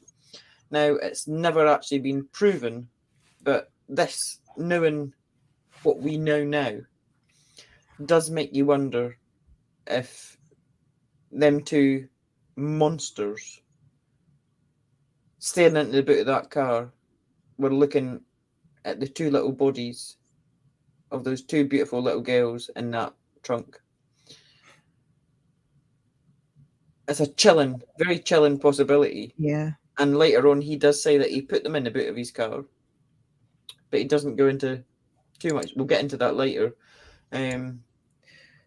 So he's showing her, to which, according to this witness, she looked visibly upset. She was crying. She was crying. But apparently, she wasn't fucking upset enough that she decided not to lie for him and cover up. She wasn't upset enough to go to the authorities and tell them what had happened to these 2 beautiful little girls who actually really liked her. She wasn't that fucking upset. Right. Because really, at this point, she could have avoided any implication to herself, right? I mean, she could have come forth and said what had happened. Actions are supposed to have consequences, but I wouldn't even say she paid the consequences. But wow. So, as a side note, in July of 2004, her mother, 61-year-old Shirley Cap, was jailed for 6 months for threatening that neighbor, Marion Westerman. Mm-hmm. Right? So, lovely family. Yeah. Absolutely. There you go. There's Shirley. That's her mother. Well done, Shirley. Yeah. Done a bloody sterling job of bringing up your daughter. And you're a bit of a twat yourself. So Maxine Carr's mother right there, rather than being disgusted at her daughter's actions and concerned as we all are at the horrific realization of what her daughter most likely saw in the trunk of that car, instead, she decided to threaten and intimidated the witness to prevent that witness from testifying in her daughter's trial. Shame on you, Shirley. This says to me, I'm sure to you guys, that she probably knew what her daughter saw and did not want the witness to testify and condemn her daughter to prison for her part, in covering up the horrific crime. Incidentally, the witness, Marion Westerman, initially was going to avoid testifying in the Soham trial because of these threats, but eventually she decided to do so despite the fear and intimidation directed at her from this pathetic excuse for a human being, Shirley Cap. So good on her, for coming forth. So when they obviously had returned to Soham, because he went to Grimsby to pick her up, because despite what she said, she wasn't bloody there. Police turned up at 5 College Close to talk to them to basically corroborate their alibis, or her alibi for him. They were apparently, both Carr and Huntley were reluctant to even allow police officers access into their home. Why? Yeah, exactly. Why was she reluctant if she didn't think anything had happened? The police at this point asked Maxine if the girls had been taught about stranger danger at school, because obviously they're now aware that she was a teaching assistant. And she had replied, yes, they had. They then asked Maxine how she thought Jessica and Holly would react to a stranger if, for example, they were told to get into somebody's car. Now, in spite of the fact that this question was directed towards Maxine Carr, the answer they got to this question came from Ian Huntley. So they knew Maxine. Yeah, who by his own admission to police and in the media kept saying, didn't really know the girls. Now, in retrospect, the answer that he gave to this question is massively unsettling. And very telling. His reply, for somebody that did not know these girls, was that Holly would probably get in the car and be quiet, but that Jessica would probably fight. Was this some sort of indication from this evil I won't say words, how events unfolded on that day? That little Holly was maybe a little bit more compliant because she was more timid and scared. Yeah. But that Jessica fought back. Is that where he got the scratches from on his jaw? It's actually frightening and implies that he had knowledge of exactly how these two beautiful little girls would react to a threatening situation. Mm-hmm. It's unbelievable.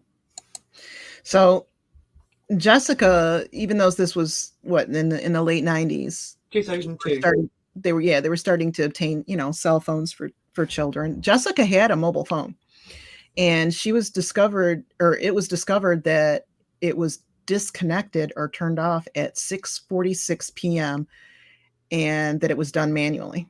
So it's assumed that this was Huntley's doing, and that given the time, the girls were most likely killed within a very short time frame after entering his home. Because they were last witnessed at around about 6:30 on CCTV on that road, and this is 16 minutes later. Right. Somebody suspected to be him manually turned her mobile phone off. Yeah, not a lot of time had gone by, As the days progressed, Huntley's appearance changed also. He was clearly losing weight and showed signs of insomnia, all signs that he was dealing with a degree of anxiety. Now, don't confuse that with being a feeling of guilt, because it's two different things. He most likely had no guilt at all about what he'd done. He's not capable. Nope.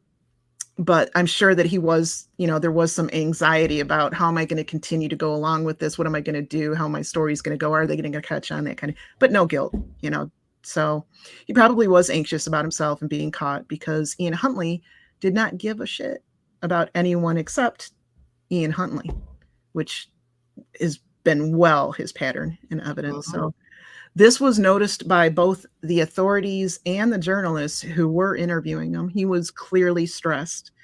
In several interviews, he expressed to the journalists that he was only doing these interviews for the local media and did not think it needed to be broadcast nationally. Well, of course, it was broadcast nationally.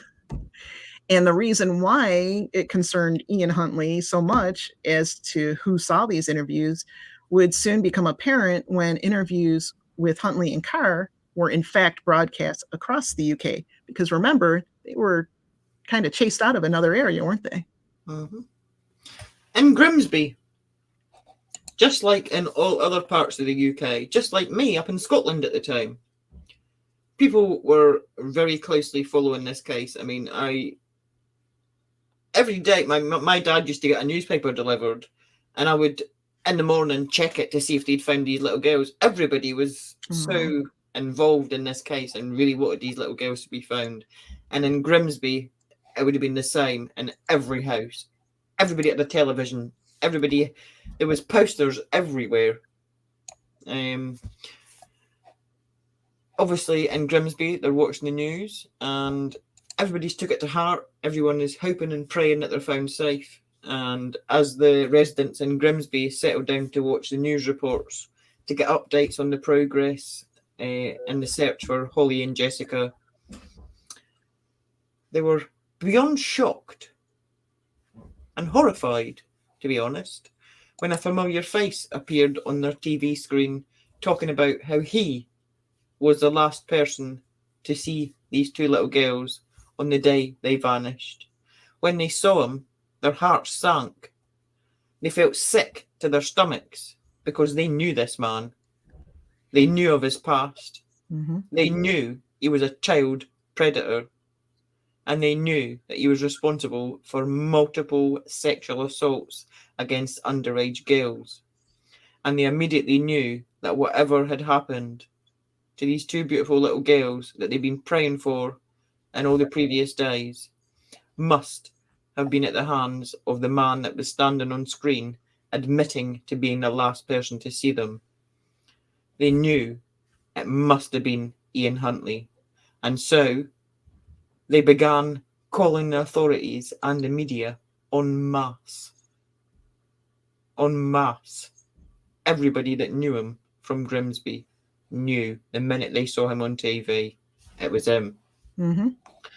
Huntley's previous victims, their family members, local residents, ex-work colleagues, basically anyone who knew this man and knew his reputation, apart from the authorities in Grimsby, who didn't give a shit.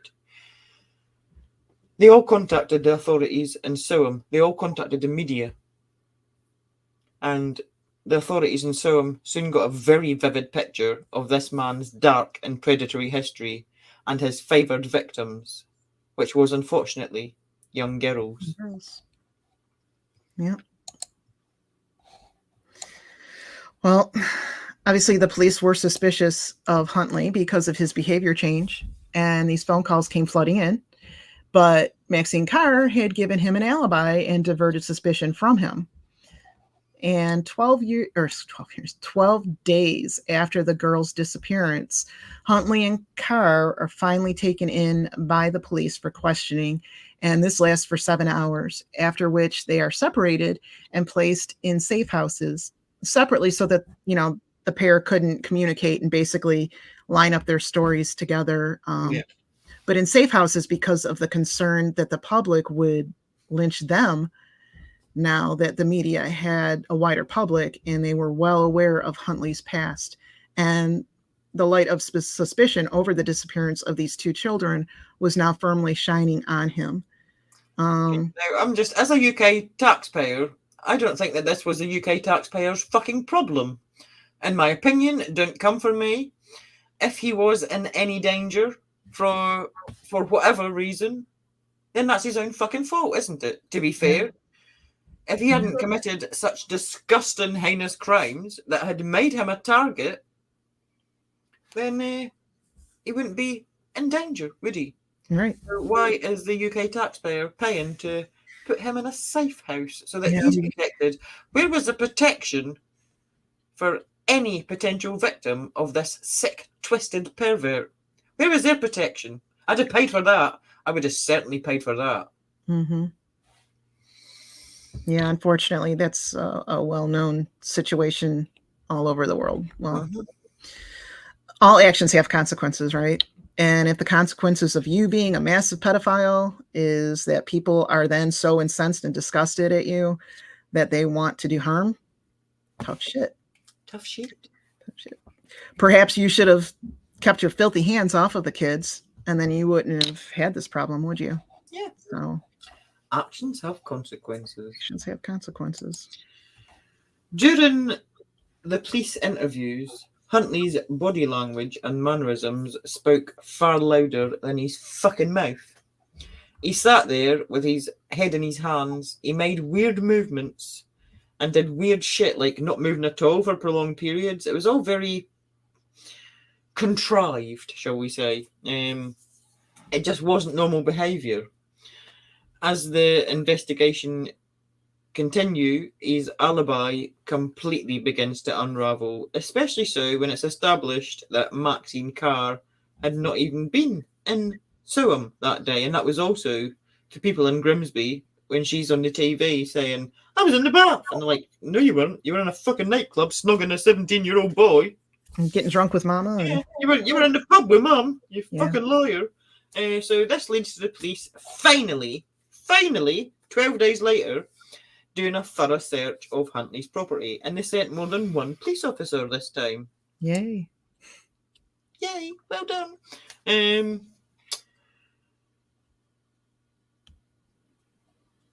My things froze up.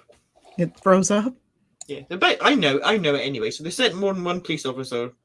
They'd only obviously searched with one before, and they also searched a college, which they'd only searched before with Huntley's assistance and him leading them to where he wanted them to look and away from where he didn't want them to look.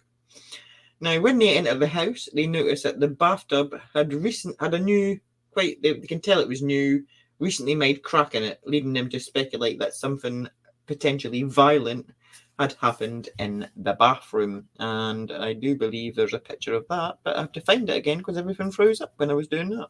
59. That's what I was trying to do, and it all froze up. And I probably shouldn't have froze up as well, because that probably made it look weird, but it's live, everybody, we're live, and I panicked. Are we live? Oh my God, we're live. So there you go. I can't actually see the crack in the bathtub, but that's the evidence picture. It might be at the other end. I don't know. Maybe it's there and I'm just blind, but that is the actual bathtub. Yeah. So, yeah. So that was the indication right there that was one of the pieces of evidence that they saw this crack and thinking that it was new, that there must have been something going on. So, you want to say something? Yeah, go on. Okay. Go on. The search of the college grounds revealed the most damning evidence, or it revealed the most damning evidence of all. So in a hangar on the college grounds that was missed in the previous search because Huntley was directing them. It wasn't missed, he just didn't take them there. In opposite directions, right? All around except that. So they discovered a bin in this hangar. And in this bin, they discovered several partially burnt pieces of child's clothing. This included the shoes, jewelry, underwear, and more distinctively, the Manchester United tops, the jerseys that Holly and Jessica were wearing when they disappeared. Right, now I'm going to say what I was going to say. What I was going to say before, there's now going to proceed a couple of pictures that might be quite disturbing, and that is probably because I'm going to show you what they found, and that includes what Danielle just said, obviously including the little underwear. This is what they found in the bins in the college. Yeah. So seeing these items there, you can see the jerseys that they found. That is as they found it in the bin. And this was actually, there was a bin liner over the top of all of this. And when they removed the bin liner, which had a little bit of rubbish in it, they found this in the bottom of the bin. Right. And then, like I said, the shoes and the jewelry. And the shoes and the little underwear, which is just tragic. We've got the top necklace. And the little necklace with love on it, which breaks your heart. It just breaks your heart, doesn't it? Well, instantly at that moment, the police, they know that these girls are never coming home, right? And Huntley, he immediately claimed that he had never entered that hangar. Of course he did. Well, it wasn't me. However, the key was discovered in his bedside cabinet, and even more damning. Very close, wasn't he? Yeah, and even more damning than that, his fingerprints were discovered on the bin that were the items were contained in. So Now, the bin in the hangar that he'd never been in, even though he was a senior caretaker, and he had the I was going to key in say his at the bedside school that cabinet. he was the caretaker of, right? Yeah, the keys in his bedside cabinet. But one day, fibers were also discovered on the girls' tops that matched fibers from Ian's clothing. His hair is also found on the girls' clothing. Yep. he fucked Ian. He fucked.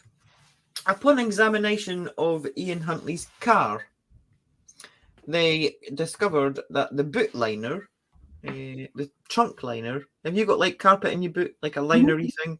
Yeah. That had been replaced with ill-fitting household carpet. So that was missing, and I don't think they ever actually found that, but they had like this piece of household carpet. Also, the back seat of the car had been cleaned and was still wet. The last signal from Holly's mobile phone by now had been, they'd got in touch with the company that obviously provided her service, and they'd sort of pinpointed where the last signal from her phone was, and that was traced to a small area. The actual mobile phone mass was in the grounds of the college, and that included the signal area, included Huntley's home, obviously, which was right next to the college. Investigators found a weird trace of, it was a mixture of brick dust and chalk within mud that was in the wheel arches of all four wheels of Huntley's car, as well as being underneath his car. And when they got his car, they also noticed that the wheels were brand new. The tires. Tires? Is that what you call them? Yeah, tires. Tires. They were all brand new. I don't know if Americans had a different name for wheels, because they call it trunks and yeah. Tires. So, like, they'd got in touch with the garage that replaced these tires, and they discovered that from the guy that done it, that there was absolutely nothing wrong with the four tires that he took off, but Huntley had asked for 4 new tires on the day after the girl's disappearance. And he'd also paid this mechanic an extra £10 to put a false registration on the invoice documents. Now, the mechanic had done this despite it being a little bit dodgy. He maybe thought it was like something to do with a tax thing, so he could claim tax from an employer or whatever. Right. But when he realised the gravity that this was now somebody that was in contact with these 2 missing children, somebody with a conscience just admitted to what he'd done straight away and told them, "Oh, well, wait a minute, it was him." And he asked me, he paid me an extra tenner, and I done this. I didn't know it was anything to do with that though. So yeah. So finally, evidence is building, right? Mm-hmm. So on August 17th, I've actually got a picture of that, him in that car. Oh, you do? This is the car. Okay. And I did have another one showing you the boot, but I've lost it. Okay. Well, on August 17th at around 12:30 p.m., Keith Pryor, a gameskeeper, made a discovery that will haunt him for the rest of his life, as it would anybody. So Pryor had noticed what he described is an unusual and unpleasant smell in the area a couple of days earlier, but he had not investigated upon returning home, and for the next day or so, it played on his mind. So on August 17th, he asked 2 friends of his, Adrian Lawrence and Helen Sawyer, to accompany him to investigate the smell in his area. And in a 5-foot deep irrigation ditch near the perimeter of the Royal Air Force Lakenheath. Okay. 10 miles east of Soham, he discovered the partially burned remains of young Holly and Jessica lying side by side right next to each other. And it had been 13 days since the girls had gone missing, and the bodies were in an advanced state of decomposition, but it was just known by Pryor and Lawrence, the police and the nation, even before the formal identification, that this was these 2 beautiful children.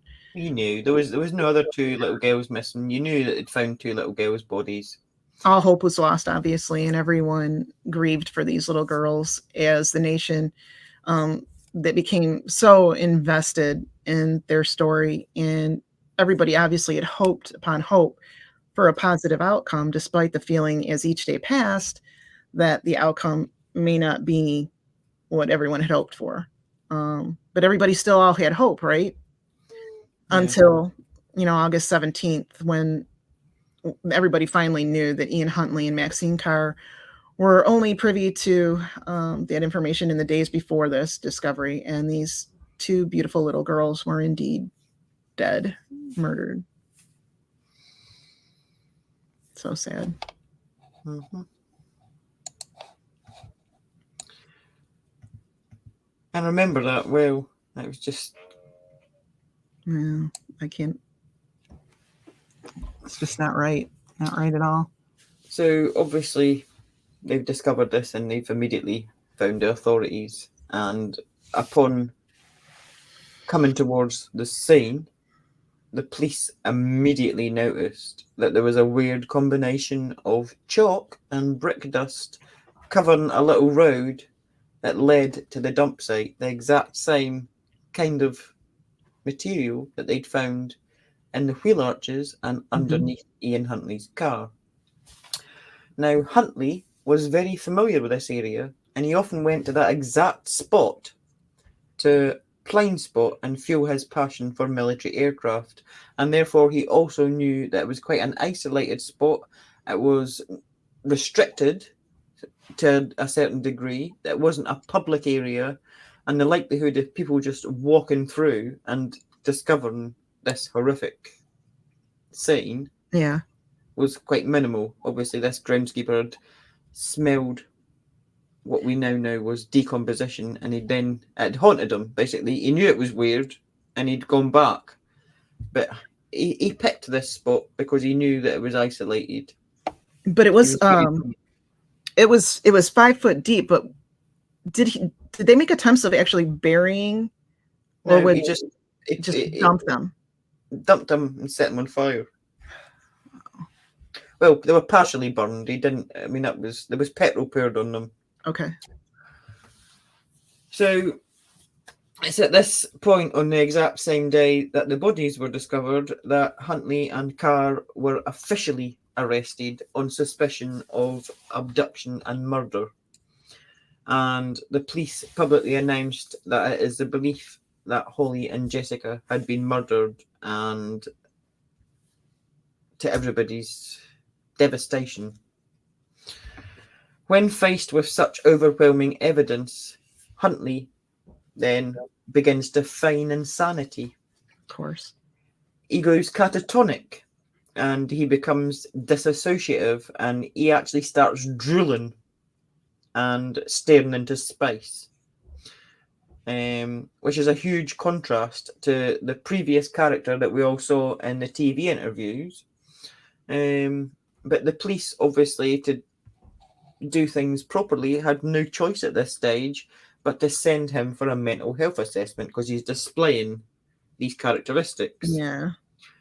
However, he was feigning these symptoms to suggest that he was insane. Spoiler alert, he was putting it on everybody. He was suggesting he was insane to reduce responsibility, perhaps, for his heinous actions, but probably because he didn't want to go to prison, and getting sent to a nice cushy little hospital is better than getting put in prison, where he went for a week once and he was that fucking scared of the other prisoners who weren't vulnerable children that he didn't want to go back. So feel bad for him. They also had an ex-girlfriend, because obviously when these people had got in touch with the police, one of these had been an ex-girlfriend who I believe was one of the ones that was slightly underage, maybe just on the cusp. And she'd actually told police, prior to him doing this, that Huntley had told her once that if he was ever arrested, he would do this exact same thing down to drooling in order to pretend he was crazy. So they were well prepared for it.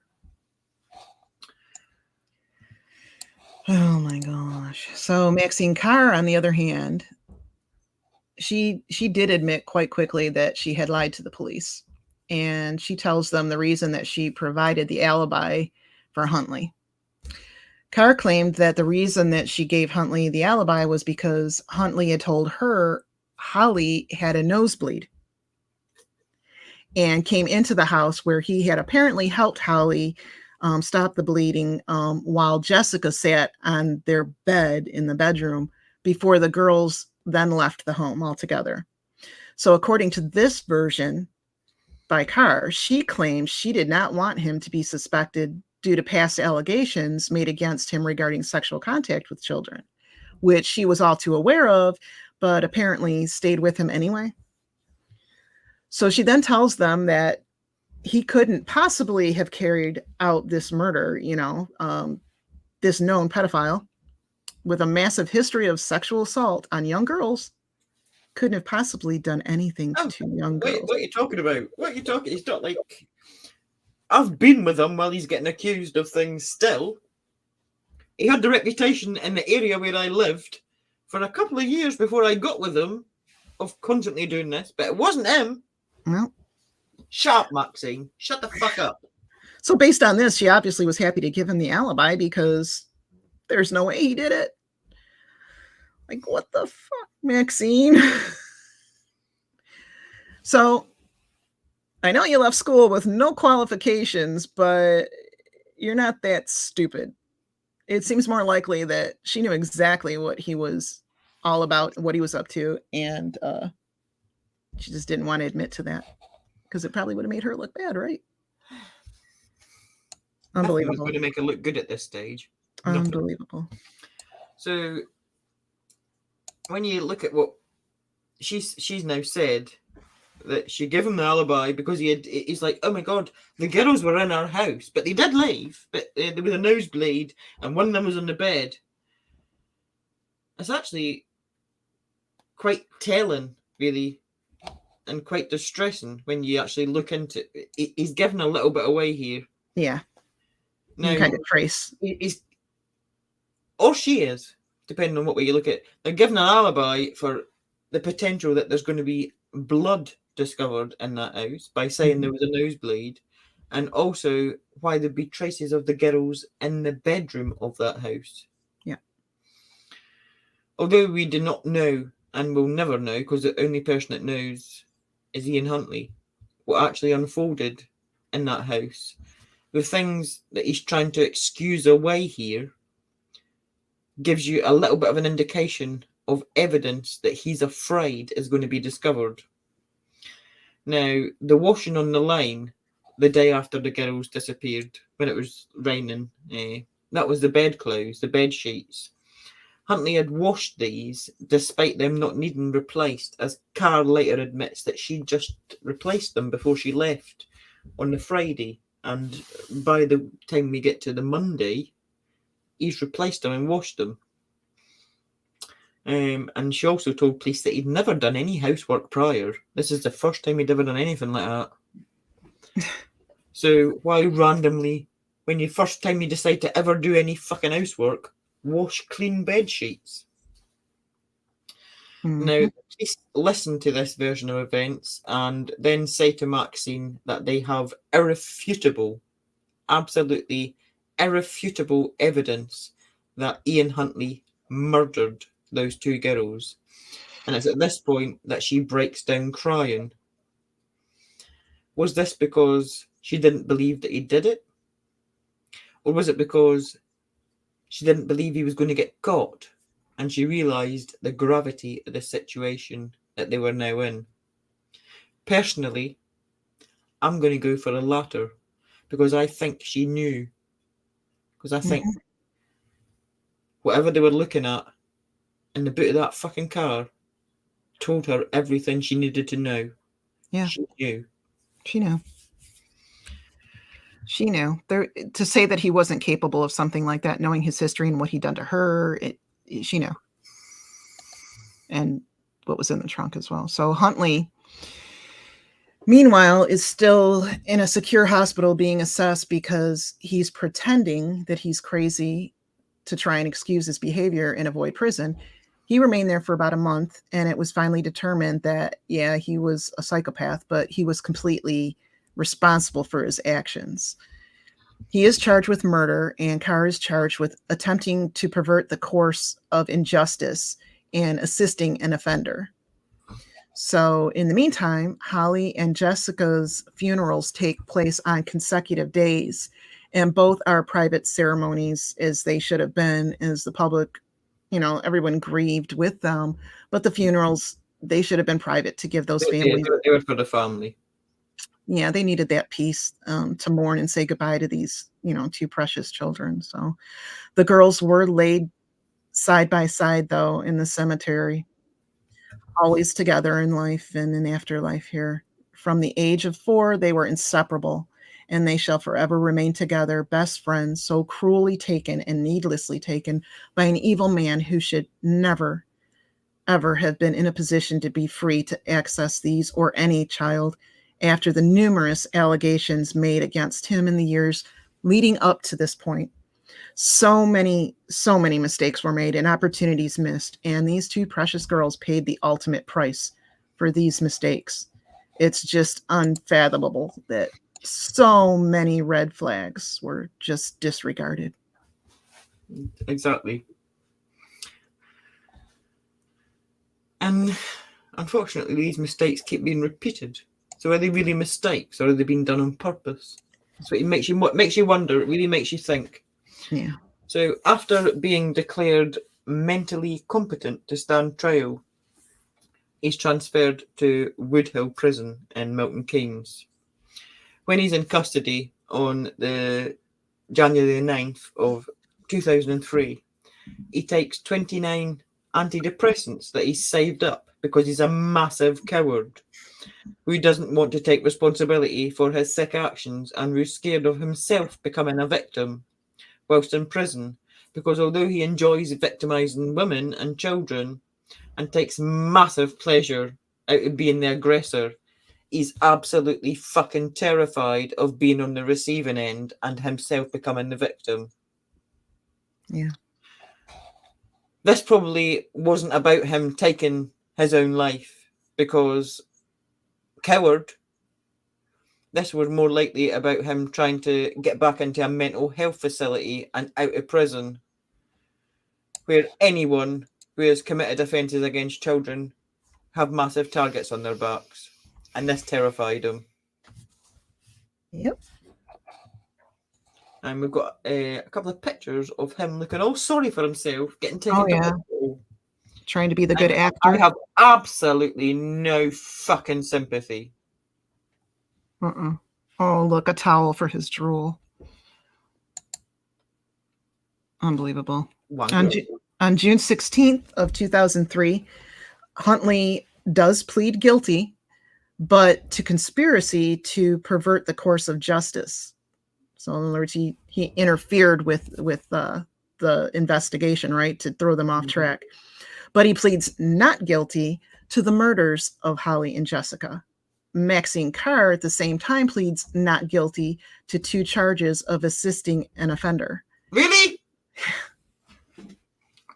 Neither is capable of taking responsibility for their actions, even in the face of all the evidence against them, right, that prove that they did it. They still have the audacity to plead not guilty. Ian Huntley has a long history, however, but by this point, of him simply having to say, it wasn't me, and then he gets away with it, right? Charges have not been pursued, and he's been believed. He's learned that all you have to do is deny a claim or deny a crime, and you then will not have to take responsibility. So why would he change his strategy at this point when it was working for him all these times before? It worked. Very good at manipulating. Mm-hmm. However, because these 2 pathetic excuses for humans pleading not guilty, it means that there will be a trial, and the families of Holly and Jessica will have to endure that trial, and they have to relive the trauma of those 13 days that they have to live through the ordeal of a trial, all because these 2 pieces of shit only care about themselves. They can't even give peace to the families at this point. Because all they care about is them bloody cells. Yep. So the trial began on November the 5th, 2003 at the Old Bailey. The prosecution actually brought in an expert pathologist who gave evidence based on his examination of the girls' remains. This pathologist told the court that the bodies were actually so badly decomposed and burned that they were unable to establish the exact cause of death. But they suspected that it was asphyxiation. They also testified that because of the severe decomposition and burn damage to the remains, that they could not clearly establish if sexual assault had actually taken place or not. However, I think we all know, given his history, that it's probably more likely than not, unfortunately. These killings were almost definitely sexually motivated because he's a massive sexual predator, and he always has been. It's a horrific thing to imagine, it really is, but given the perpetrator, it's not something that you can deny, and sadly, it's something that you got to admit most likely happened, unfortunately. In court, he actually finally admitted that Holly and Jessica had in fact died in his house. But he came up with the most fucking ridiculous story I think I have ever heard to explain how they died in his house and avoid taking responsibility for his role in their death.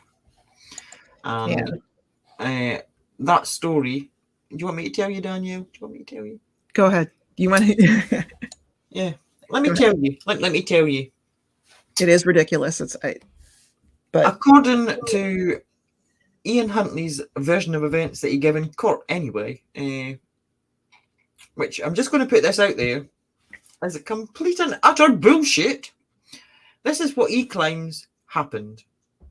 Brace yourselves. So, Holly and Jessica passed by his home that night. Holly has a nosebleed. So this is something that Maxine Carr also said as well. So if they conspired to come up with this bullshit in the 12 days that they had after the death. So he's saying she had a nosebleed, and him being a fucking Samaritan offered to help her because he's such a lovely guy. So he brings them both inside the house and takes them to the bathroom, where the bathtub is apparently full of water, where he'd been washing his dog. You know, the same dog that on his previous story he was washing outside the house. Outside, yeah. So yeah, that dog, the exact same dog, which is the cleanest fucking dog in the world because it's getting washed constantly. No matter where it goes, just constantly fucking washing this dog. So anywho, according to this fairy tale that he gave in court, he apparently slipped on a wet patch on the floor because he's washed the dog again. You know, after just washing it outside when they were passing. He took it in and bathed it. He slipped on the floor. Because obviously there's fucking water everywhere because he's washing. That's probably why the dining room floor is flooded, because he was washing the dog in there as well. Yeah. I mean, for fuck's sake. So anyway, he slips on a wet patch on the bathroom floor and knocks in to Holly, who then falls into the bathtub and immediately drowned. And that's where the crack. No struggle, no flapping, no. She's just in the bathtub, drowned. According to this utterly fucking ridiculous story, so Holly's just fell in, drowned immediately in 0.001 seconds, just drowned. Jessica then says, "You pushed her," and starts screaming. So in a panic, he covers her mouth to stop her screaming. So he's not helping her. He's not helping. No, because she's dead. She died immediately. There's no point helping her, Danielle. She's just like, as soon as she fell in that water, she was dead. So he's not going to help her. He puts his hand over Jessica's mouth to stop her screaming because she's like, "You pushed her," whatever, according to this bullshit.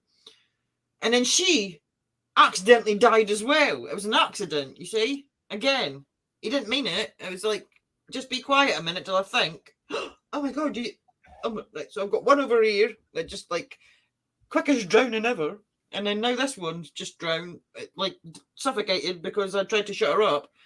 So anyway, he apparently then put the bodies in the boot of his car, which is very telling because they were looking in the boot, remember? And he says he took them to the irrigation ditch in Lakenheath, and then he cut off their clothes to later dump them elsewhere, and then he set fire to the bodies. Now, he claimed that when asked, obviously they're going to ask in court. So if she fell into the butt, like you've like went in, you're washing your dog like for the 12th time today, like Right. because you got to keep washing this dog, right? So you're in the bathroom, and then you've knocked into her, and she's fell forward. She's drowned like quicker than anybody's ever drowned in their life. And put the crack in the tub. It's an accident. It's an accident. So, like, why didn't you phone the police or an ambulance? Why didn't you do that? Mm-hmm.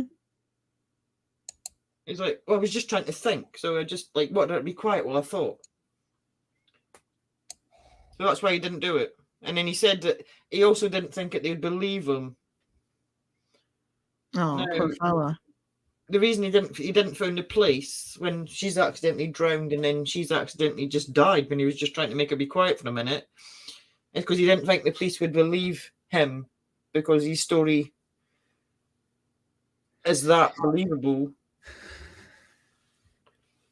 and is fucking ridiculous and doesn't make any sense. So no wonder he didn't think anybody. It's But ridiculous. in other news, the dog is fucking gleaming. It's like the cleanest dog that ever existed. Cleanest dog ever. Yeah. Anyway. And That's what he said happened in a court of law. this was what he was going with. This was the story. That he was was giving. his defense for why it wasn't murder, but why he did maybe pervert the course of justice because they died by accident and then he got rid of their bodies. And That's too all he did. scared to notify anybody. So because the decomposition and the damage to the remains was so bad at the point that they found them, a lot of evidence had been lost. However, the evidence that was obtained completely disproved Huntley's story massively, making it ridiculous and unbelievable. No, I don't believe that, Danielle, because it was so well thought out and like made so much sense. So really? Really. He believes his own lies. Why shouldn't everybody else? The pathologist could prove that Holly hadn't drowned, obviously, which lays the foundation for the whole story. So if Holly hadn't drowned, then Jessica wouldn't be screaming bloody murder, and he had no recourse. Yeah, like you pushed her. Well, she wouldn't have been screaming this, obviously, and therefore negating his apparent need to silence her, cover her mouth. They also would have, found water in the lungs and everything. But anyway, all the water's on the dog, Danielle. Oh, and then the carpeting in the other room. Well, that's because they're probably washing the dog in the dining room as well, because I mean, it has a wash outside, inside. Yeah. He also claimed that there was a nosebleed, right? Yeah, there was no blood found on Holly's clothes, so there would have been on the jersey or elsewhere, but no blood was found. Me that there probably wasn't a nosebleed, but he was worried that there was some kind of blood going to be found. Well, had she had a nosebleed, it would have been expected. There would have been traces of blood. It would have been on the top, wouldn't it? It would have been on the top, and they didn't find any. And there were no marks on the girl's neck. So it's believed he suffocated them with either an object, like instead of strangling her, like he would use a pillow maybe, or perhaps his hand over, and that would have made, like the scratches that he had on his face. Yeah. I mean, it would have made sense that, at least one of the girls was trying to fight back and struggling to try and overpower him. So, I mean, his story had too many holes in it. There's just no way it was gonna fly. There's less holes in a fucking tea bag. Yeah. I don't even know. But the dog's nice and shiny, so that's there is that. So the prosecution suggested that given the evidence, the murders took place within a very short period, as we've said about the mobile phone being turned off about 16 or 17 minutes after they were last spotted on College Close. They did claim that it was most likely a crime of opportunity, and the murders were probably not planned. But this is just me and them, but I do agree. He probably acted in a way, just like, there's a better way to put this. Now, these little girls, he didn't know they were going to be going getting sweets at that particular time. Right. However, it's very, very likely that he'd thought about this. He'd at least thought about killing somebody. It might not have been particularly going to be these two little girls, but the way that he acted, And so quickly. he's took this opportunity. Mhm. He seized this opportunity. But Yeah. the way that he went about it, the way that he disposed of their bodies, he knew exactly where to put them, where it was going to be out of the public view. He took their clothes off and disposed of them separately.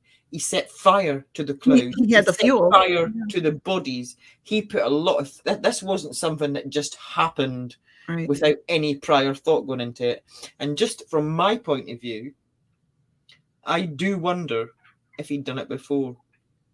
Oh, well. If there is a missing person case somewhere, maybe in the Grimsby area or thereabouts. I don't even know if you have to wonder, Lisa. I think it's a given.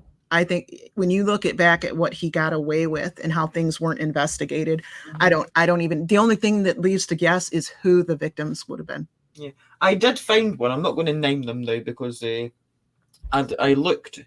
Feel free to go into. I'm not going to name anybody because it's never been found and whatever. But I did find a case in which somebody within Lincolnshire, that's all I'll say, they were found in a ditch, completely naked.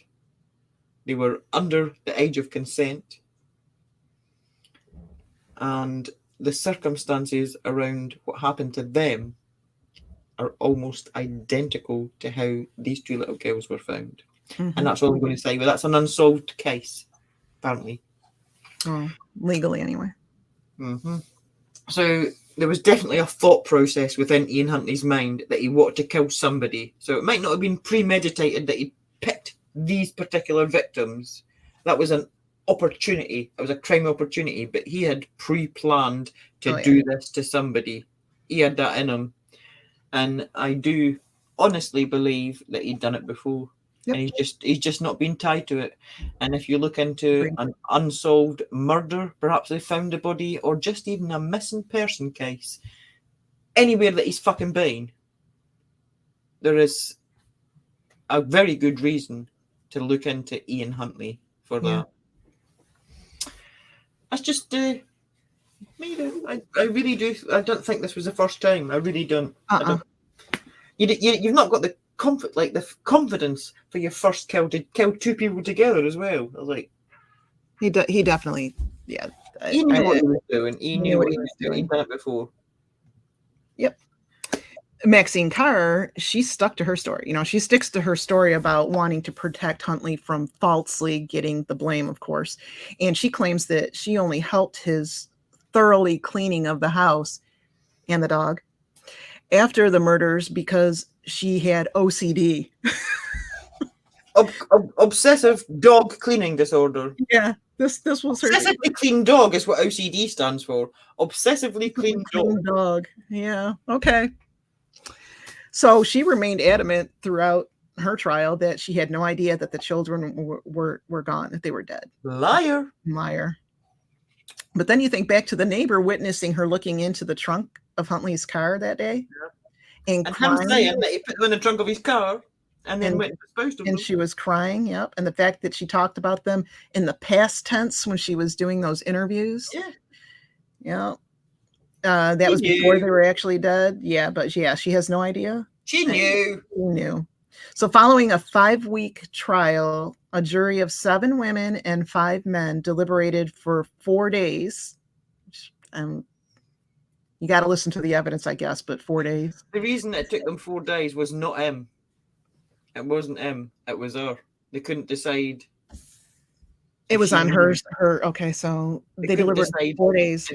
If she was like responsible for what her level, covering up a murder, or just protecting somebody that she was in love with. Okay, all right. So the verdict came in on December 17th of 2003.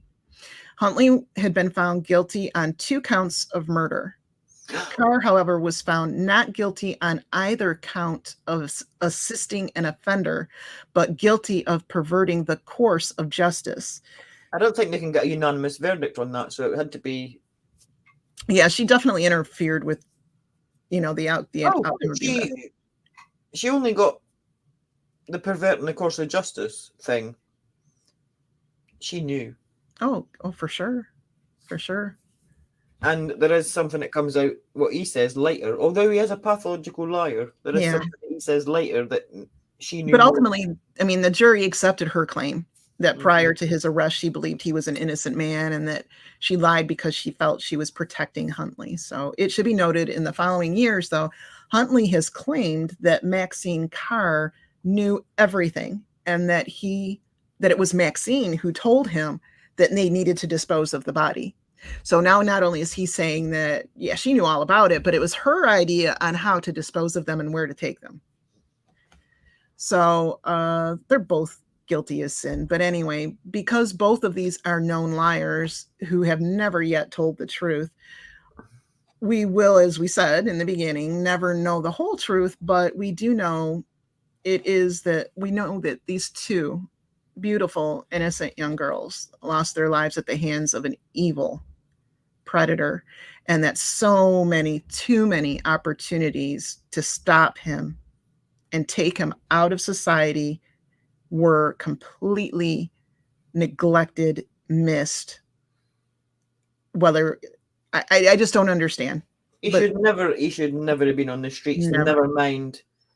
And by now, working at a school.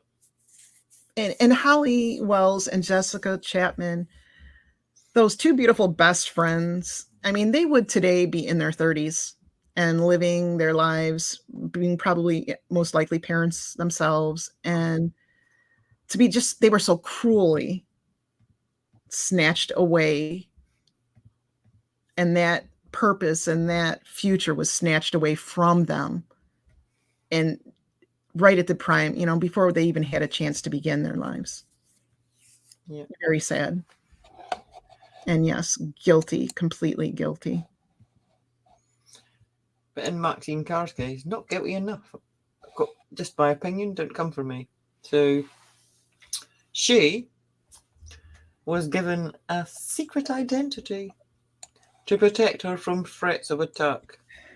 Have I went too far? I haven't I? I missed something. No. I know, yeah. No, you're there. So basically, she got given this sentence, and on top of the time that she'd been on remand awaiting trial, after she was sentenced, she served just under 6 months in prison before she was released. Her mother served more time in prison for intimidating a witness than Maxine Carr served for her part in covering up. Messed up. So she was then given a secret identity, and she's been given lifelong anonymity. You can't disclose anything about her. Now, at the time, Maxine Carr was one of only 4 former prisoners in the UK. Now, I know who 2 of them are. The other 2 are 2 evil twats that killed little Jamie Bulger, which is something that I want to cover as well at some stage. Yeah. I can't think who the 4th one is, but she was only one of 4 that's been given that lifelong anonymity on the grounds that her life would otherwise be in danger. Now, according to various different accounts, the reports at how much this cost vary widely. Now, on the lower end, £1 million. On the higher end, £50 million. Now, that might be an exaggeration. I don't know. I don't know how much it costs to change somebody's whole identity, give her a house, whatever. But even £1 million, really? Really? She made her bed, let her lie in it. Yep. Let her lie in it. So you might think that that's harsh. Like, oh my God, she'd be in danger. Well, I don't care, because at least a dozen women, just think a dozen women, have been falsely identified over the years as being Maxine Carr, and they have been either persecuted or physically attacked due to false stories speculating as to her whereabouts and then being accused of being her when they're not her.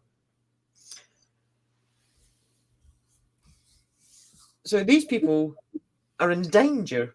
Many people are in danger, and this happens over and over again. There's people that's been falsely accused of being Venables and Thompson, who are the two killers of Jamie Bulger, and their lives have been made hell.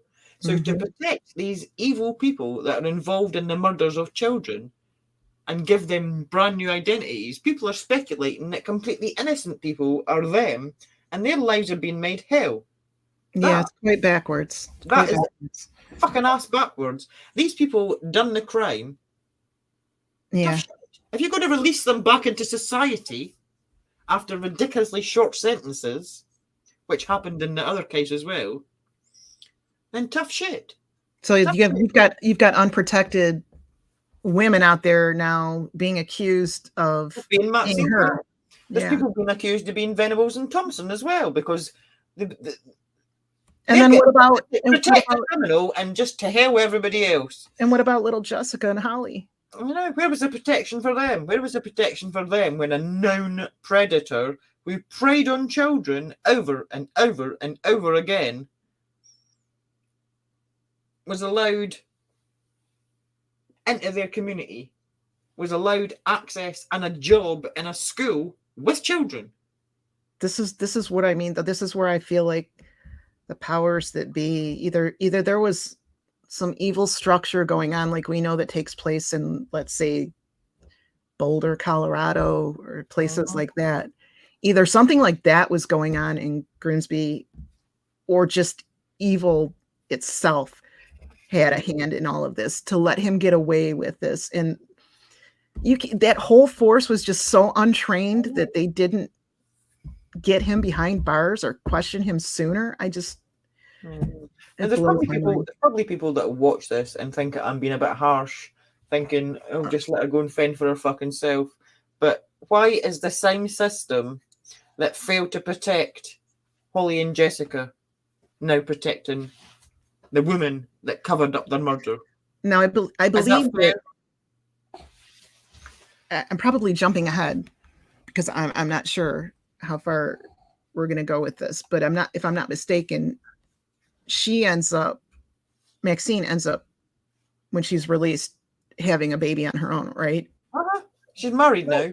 So now they're claiming that the protection then is also for this innocent child. Why should this innocent child be? But this innocent child didn't exist when they put it in place. Exactly. And had she been kept in prison, and yeah. So it should be noted that shortly after her release from prison, Maxine Carr and her family, Maxine and Shirley, you know Shirley, the one that's like threatening witnesses, contacted a Tyneside-based publishing company with a view to publishing Maxine's autobiography. Now, the company, Mirage Publishing, initially did agree to publish her autobiography, but they later withdrew their offer after a feature on BBC Radio Newcastle prompted huge amounts of complaints for the public. Now, apparently, she was allowed out, she was a new identity, whatever. She was allowed full anonymity, but she can still fucking profit if she wants to from the deaths of these children, which she was trying to do. The first thing that she tried to do is get out with her new identity, her cushy little life, her new name, probably got a fucking house, but she can profit off the deaths of these children that she helped cover up. Yep. Bitch. Absolutely.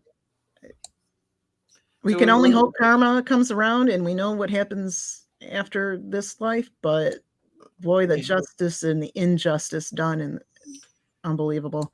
So Maxine Carr, she was sentenced, 3.5 years in prison? She got 3.5 years, but because of the time, she's done just under 6 months. Yeah, she's under 6 months and released. And like you said, being provided with a new identity and anonymity and all the expense of the UK taxpayers, right? Yeah. So Huntley, Taxes are paid for, everybody. Yeah. Ian Huntley, he has to remain in prison until he's served a minimum of 40 years imprisonment. Not enough. Never enough, no. A term which would not allow parole eligibility until 2042, by which time he'll be 68 years old. And let's hope to fucking hell that he doesn't get it, because he's still capable at 68 of doing something. Yeah. Oh, heck yeah. In setting this minimum term of imprisonment, Mr. Justice Moses stated, quote, "The order I make offers little or no hope of the defendant's eventual release," end quote. Well, we'll see. Huntley avoided eligibility for a whole life tariff, as the passing of the Criminal Justice Act in 2003 had been one day after his conviction, thus taking effect on December 18th, 2003, and applying solely to murders committed on or after that date. See, if they just, like, the jury had come back and said, and if they just said, oh, it's a bit late in the day now, Yep, come back tomorrow and we'll read the verdict, then you would have been eligible for a... Yeah. So after the convictions, the parents of both girls granted an interview to the media, and discussing Huntley's mindset, Leslie Chapman said, quote, "I think he was a time bomb waiting to go off, and both our girls were in the wrong place at the wrong time. I hope the next time I see him, it will be like we saw our daughters, and it will be in a coffin." I do agree with that, but I don't think that you... no disrespect to... Right. I hear you. The father of this little girl, but I don't think that your little girls were in the wrong place at the wrong time. I think he was in the wrong place at the wrong time, because he should have been in fucking prison already. They should have been free to go wherever the hell they wanted, safe. That man should never have been on the streets. Nope. He was in the wrong place at the wrong time. Agreed. Well, within days of Huntley's formal sentencing, he reflected to the media on the prospect of spending the remainder of his life behind bars, and of his fears and his security. But he's a fucking coward. Yeah, so he says, I'm going to rot inside this place. I'll rot in here. I know it. I'll spend the rest of my life in here. I'm going to be inside forever, and it'll be torture. Boo fucking who? That was what he was quoted as saying. That's what I hope he endures in there. I hope he's in. And I know this has been a particularly long episode, but there's just a couple of more bits of information that we want to give you to make sure we've covered everything and been thorough. So I'm going to read this really, really quickly. Are you ready? Go. On the 3rd of April 2004, the 3-bedroomed house in College Close in which a murders occurred was demolished and the site was levelled. Thank God, because that shouldn't have been there for the parents to have to look at every time they walk past. All the rubble from the property was discarded in various undisclosed locations. This obviously happened with Cromwell Street and other crime scenes as well. You don't want to have that still there, not when something horrific's happened. Right. It's now just a patch of grass. In the years since his incarceration, Huntley has been repeatedly attacked by other inmates. On the 14th of September 2005, whilst an inmate at HM Prison Wakefield, he was scalded with boiling water by convicted spree killer Mark Hobson. The injuries Huntley received in this attack resulted in his being unable to attend the hearing at which his minimum term was decided. Following this attack, Huntley alleged that prison authorities had failed in their duty of care towards him. Wow. And he launched a campaign for £15,000 in compensation. He was reportedly awarded £2,500 in legal aid to pursue this claim. And guess who paid for that? No way. Mm-hmm. So Huntley was transferred from Wakefield Prison to Franklin Prison on the 23rd of January 2008.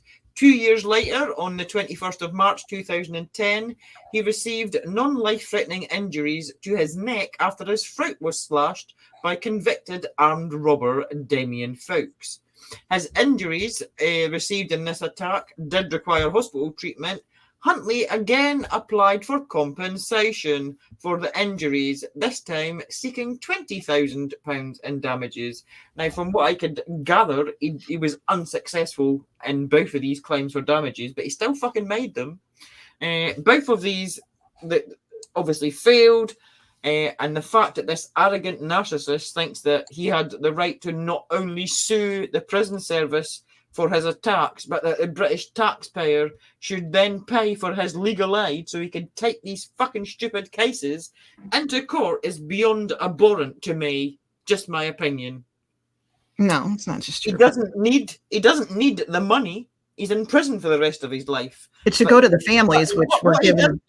What he does need is to be the center of fucking attention. He doesn't need the money. He needs to be in the spotlight. But frankly, nobody gives a shit about him, nor do they want to hear all of his woe is me bullshit. Yeah. You reap what you sow, Ian. If you're watching this, you reap what you fucking sow. But you shouldn't be watching this because you shouldn't have access to a computer or the internet where you can potentially get in contact with a child.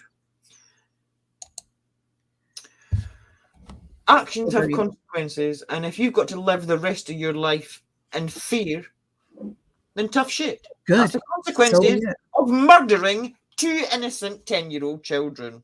You utter piece of shit. And that's just the 2 that we are aware of. That's just the ones we're aware of. The 2 we're aware now, of. There was an inquiry, and I'm going to read this really quickly as well. So, was that quick enough the last time, or did I go off on a tangent? No, go ahead. Go. We've got 6 minutes. I'm not going to go over 3 hours. So, ready? Go. Go. Immediately after Huntley's conviction, previous criminal allegations against him were made public.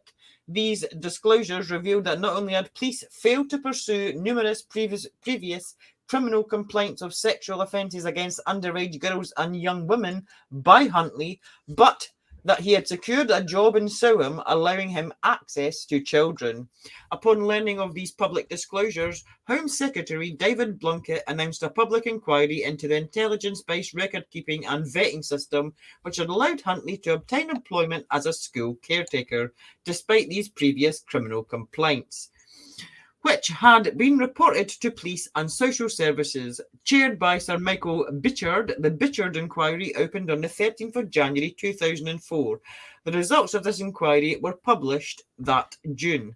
The stated purpose of the Bichard inquiry was, and I quote, urgently to inquire into child protection procedures in Humberside Police and Cambridgeshire Constabulary in the light of the recent trial and conviction of Ian Huntley for the murder of Jessica Chapman and Holly Wells, in particular to access the effectiveness of the relevant intelligence-based record-keeping, the vetting practices in those forces since 1995, and information sharing with other agencies, because obviously they didn't fucking share the information. And to report to the Home Secretary on matters of local and national relevance and make recommendations as appropriate. One of the issues scrutinised by the Bichard report surfaced almost immediately when Humbershire Police stated their belief that it was unlawful under the Data Protection Act to hold data regarding criminal allegations which had not led to conviction because they refused to pursue it, but whatever. This claim was criticised by other police forces who thought this was too strict an interpretation of the Act. So they hadn't held any of the information, they just destroyed it. The inquiry scrutinised the investigation by Cambridgeshire Police into the children's disappearance and murder, as almost 2 weeks had elapsed following the disappearance of Wells and Chapman before Cambridgeshire Police became aware of Huntley's previous criminal background, because the other police force destroyed everything and didn't tell anybody, but whatever. Despite his claims to be the last person to see the children alive, further criticism was directed at the force for their initial failure to scrutinise Carr's claims to have been in Soham on the date of the children's disappearance. So they didn't follow up on that, and they should have done. The inquiry also severely criticised Humberside Police for deleting information regarding the previous criminal allegations against Huntley. So they deleted it. I mean, really? What the fuck are you people doing? And not following standard vetting guidelines with Cambridgeshire Police regarding his application to get a job with children. They didn't vet him properly. Bichard later ordered the suspension of the chief of Humberside Police at that time, who was David Westwood, for ordering the destruction of records pertaining to alleged child molesters, not just Huntley, molesters. So apparently they'd done it with other people. So the chief inspector, David Westwood, he ordered him to be fired. This suspension or firing was later overturned, though, so he kept his job. Right, so he actually ended up retiring in March of 2005. So by not getting fired and being allowed to retire in 2005, he's retired with all the fucking benefits. With all the benefits. So the Chief Constable of Cambridgeshire Constabulary, who was Tom Lloyd, was also subjected to severe criticism as his force had failed to contact Humberside Police during the investigation into Huntley's criminal background. Obviously, they should have known that he'd only been there since the previous November. Where did he come from before? Let's fucking check. Didn't check. Last person that apparently saw them by his own admission, but let's not check. So an added complication in these criminal vetting procedures was the fact that Huntley had applied for the job under the name Ian Nixon. However, he had divulged on the form that he was previously known as Ian Huntley, so it shouldn't fucking matter. You should check that as well, but they didn't. Exactly. They didn't check. Didn't even check Nixon either, but whatever.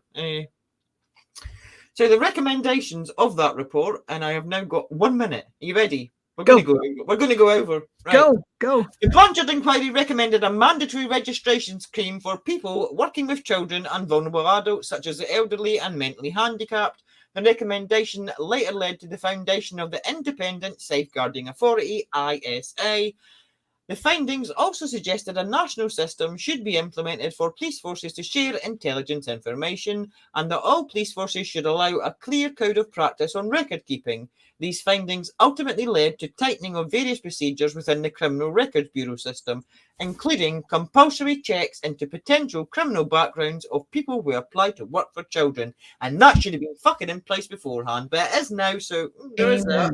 Whether everybody's doing it, I don't know, but that's in place now. It's all too fucking little, too fucking late though, and all those measures should have been in place before this happened. Just my opinion. Don't come for me. I need a drink. Danielle, talk. We're now over.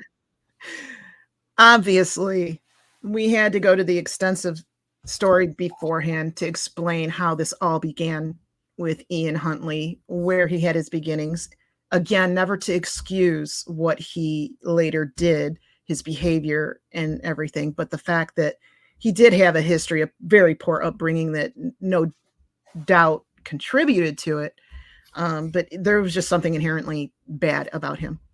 And I stick with my opinion on the evilness that was involved in this, that spiritually or legitimately the people that were in place to supposedly push away these checks and not do anything about it, they're just as guilty in so many ways that could have been prevented.